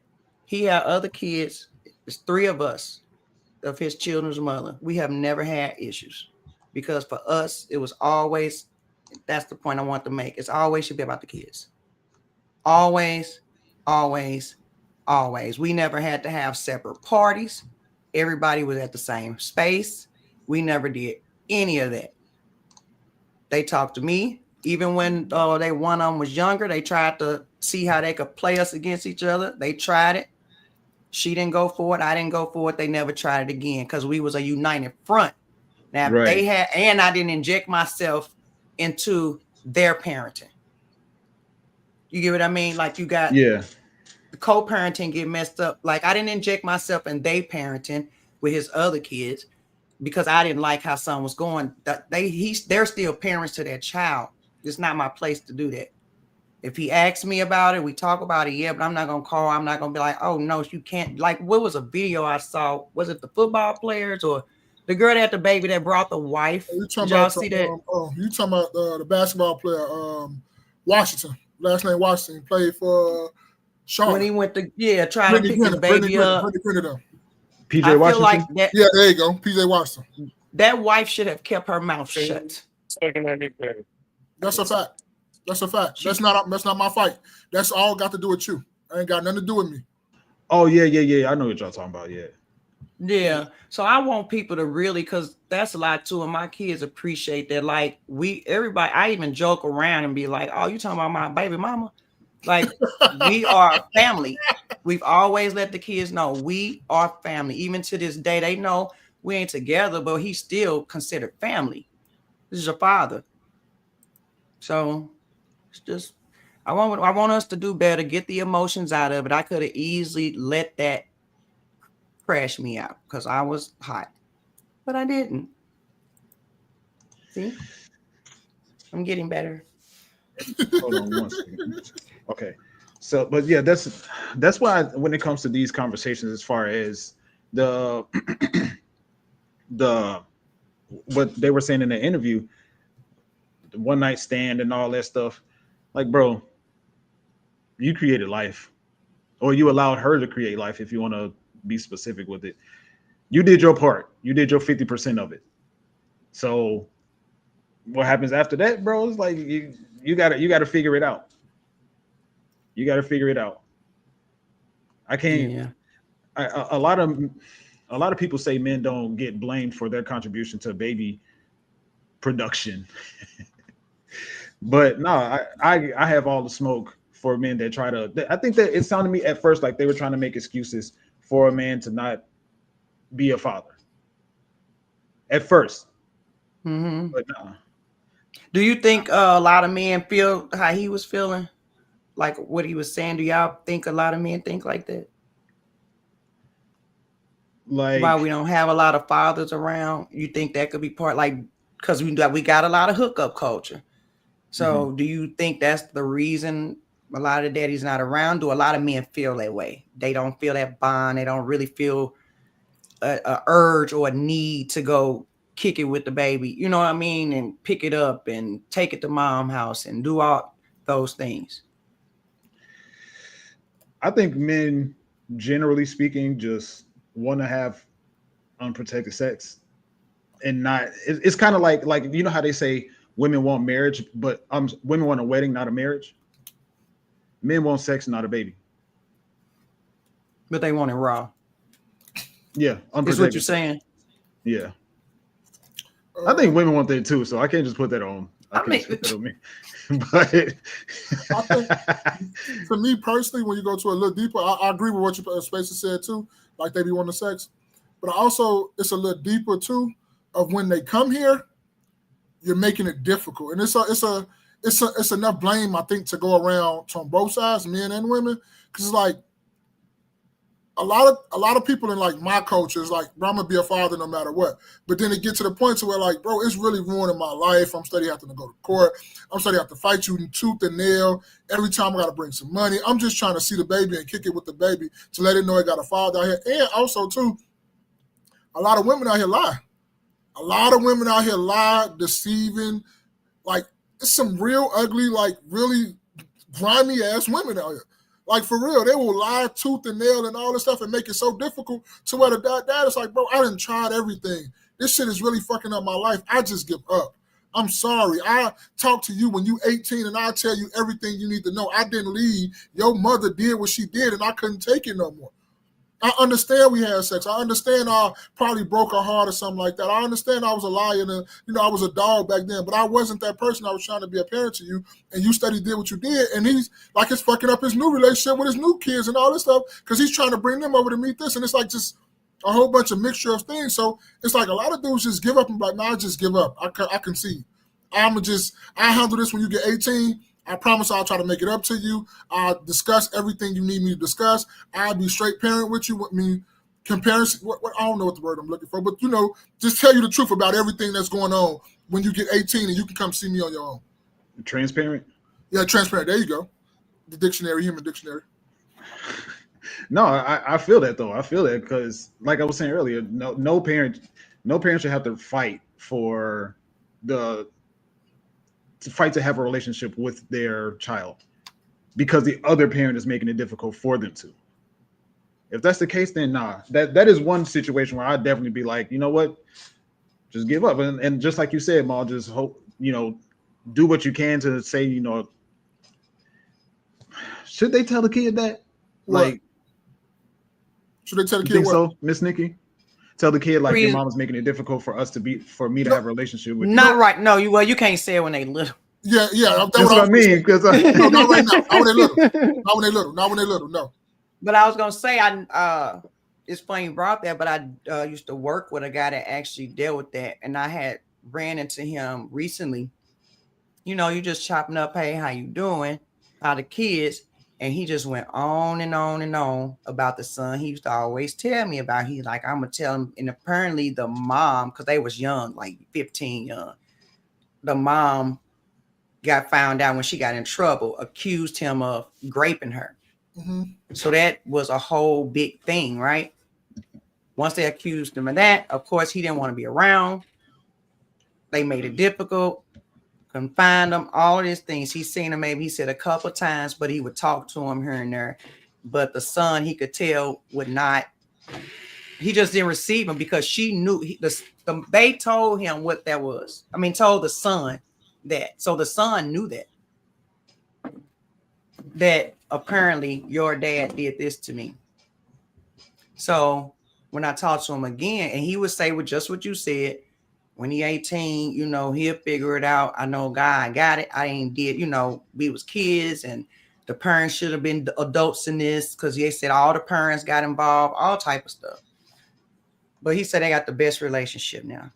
Yeah. He told him the conversation, and he said he never really, and he said all he ever wanted to hear. And he said one day his son told him, Dad, I know you didn't do that. Ooh. Biggest burden ever lift off that man's shoulders, boy. I wish I had a sound behind that. Yeah. I was so happy. So when I saw him and he said they talk all the time, because he got grandkids, he brought the grandkids down to see him because they live in Atlanta. And I was really, really happy. So I get it. I just hate that he had to miss so much of that. All because this woman, which was a child actually at the time. But all these years, you knew the truth. Yeah. And guess what?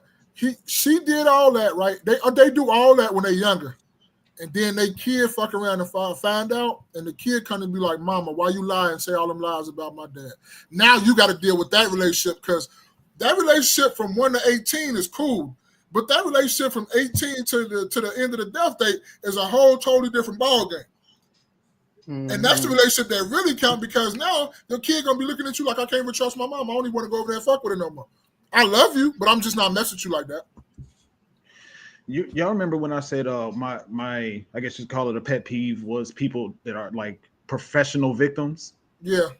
And it's funny that you mentioned that story, Mal, about like the child finding out later on that the father wasn't the problem. Yeah. Because that was Kirk Franklin's story. Yeah. He found out when he was like 30 or 40 or something that the man that raised him wasn't his father. By he found out by, I think it was by accident, by a conversation. I think so. I forget exactly. I'm not sure. I forget how they found out. But he went to his mother and was like, hey, he talked to his mother like, hey, the man that you told me was my father was not my father. And to this day, according to him, to this day, she still denies that's not true. That the man that raised him is his father. There's a lot of people, I think, especially like older people. I think it's a lot of them out here that probably their parents, not their parents, they dad, not their dad. That's a culture thing from down south and all that other type of stuff. Like, motherfuckers was too young to have babies, so they put it off on the aunt or the sister or somebody else, and they thinking that their sister is their sister, but when it's really your mama. Mm-hmm. That's a big thing down south and in the black culture. Like, that shit happens for real. Really, like for real. Right. That's wild. We got a prime example of it. Monet in Power Book 2. Yes. She was whatchamacallers. She got pregnant. They moved her down south. Oh, right. Yeah. And all that other stuff. That's a prime example of it right there. Yeah. And they all thinking they cousins. Yeah, but that's really your brother. Right. She putting in all work on him. Why are you doing this for him? Why are you doing this for him? It's my son. So, you said, Miss Nikki, that there's a lot of people that are out here being raised by a man that they don't know is not their father or whatever. So I looked this stat up a while ago. I just pulled it up just now because you reminded me of it. It says, there we go. It says, a quick online search gives frighteningly alarming figures. Many articles claim that as many as 30% of men are unknowingly raising another man's child. This would mean that out of a class of 60 students, 20 of them are growing up calling the wrong man dad.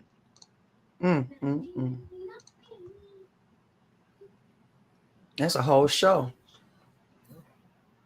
And I think it was in Jamaica. They said that that rate is up about 70%. They don't update the child support, they don't update the laws and out there, because if they did, they don't make paternity tests mandatory, because if they did, a whole lot more people would find out that a whole lot more men would find out that they're raising another man's child, and they fear femicide. They fear a lot of men would crash out and start beating and killing these women because they're raising another man's child. Yeah, I couldn't imagine. That's got to be the ultimate betrayal, or for a guy to find that out. Yeah, it seems like the older you get, the more hard it'll be. And then do you fault the man for either way he go? If he just disappears, or I don't fault him if he stays there neither. I don't fault him either way. Either way you handle that, long as you, because I don't want to say that thing. Either way you handle that, long as you're not trying to harm the woman, I think it's cool. That's what I want to say. Because they'll say, "Oh, you talking about he kid?" No, I'm not saying that. Even though he will be kind of justified, don't do that. You just shake him. But either way you do that about leaving or about staying, I think that's a good thing to do. I think a lot of men, depending on the age, if it's older, they got that bond already. Yeah. They gonna feel away. They'll probably be relieved, not relieved, but knowing that they not obligated to get his help for money. Yeah, this still my shorty. You know. Yeah, that's what I was thinking. Like if the child is 18 or older, I think if he finds out at that point, because 18 years, and on the 18th birthday he found out it wasn't his, so at that point I could see him continuing to deal with the child but not deal with the woman. Mm-hmm. But if it's like 6, 7, 8, 1, 2, I wouldn't blame him for it. Might be. I would say. I think it'd be easier if you wasn't bonded with the kid. Like say for instance, you coming home every day, and that kid is sitting by the door waiting for you to come home. Like Spaces want his kids, Spaces want his kids by the door with a chair waiting for daddy to walk through. Like every time you come home. If they was like that, that'll be so heartbreaking for you to cut ties with that kid. But if you come home and the kid very regularly recognize you and all this other stuff, it'll probably be a little bit easier if I'm saying that correctly. Yeah, I get it. Yeah. I wouldn't. Ultimately, it's just a question of how old the child is. I don't say better not be under 2. You doomed, little baby. I ain't gonna lie to you. I'm a very nice person, but I will probably be out too, because that shit have hurt my heart so I can't look at that baby no more. I'm not gonna lie to you. That shit have hurt. Because you think you got you a kid and that shit hurt, bro. Yeah, that man. And hurt. Then, you know what? The only thing I can say is worse is is what Cardi B did. What? Miss Nikki, you know what happened? What happened? What you talking about? Yeah, she discussed she getting and she's still married. She pregnant by another man's baby. And then it was even more egregious. Yeah. You let somebody dump on your baby. Oh, she had sex while she was pregnant with another man?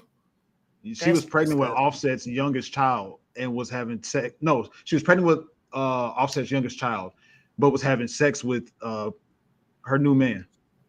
Oh, that's true? That was for real? He accused her. She was live. He accused her of it on the live, and she screenshot and said, and did.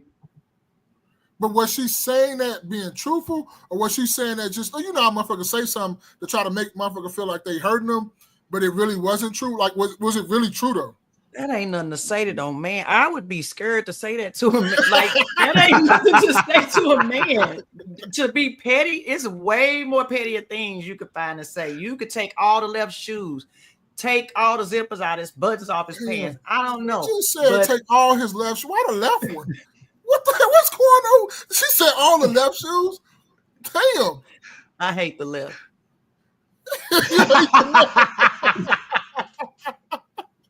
Oh Lord, she said take the left shoes. She said, don't take the right. Don't take the right shoes. Take the left. Damn, take his left shoes. All right, y'all. All right. This was a great conversation. We have come to the end of the show. You guys got it. So, Miss Nikki, we have this thing called a mesh at the end of the show. It's just basically a piece of advice that we think people could live by. And we just throw out random things that we think that do you have anything that comes to mind as a guest? The first thing I will come to mind, just based off of our conversation today, is continue to be, if you're good, don't be that you. If you trash, don't be that you. But if you're a regular person, continue to be you. Continue to be nice. Continue to. I'm sorry.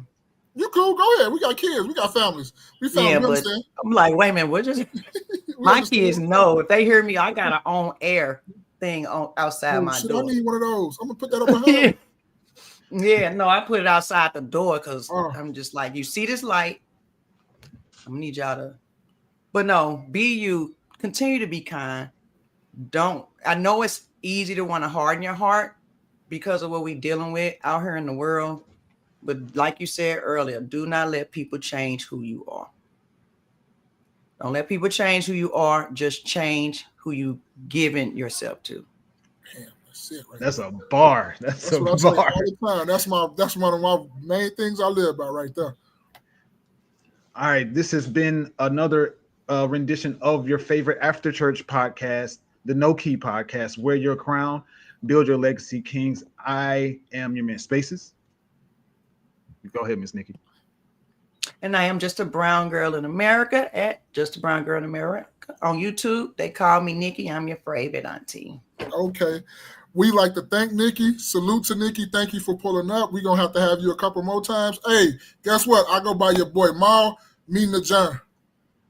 All right. Thanks for having me. Bye. Don't go nowhere. I got to talk to you. Who? You, Nikki.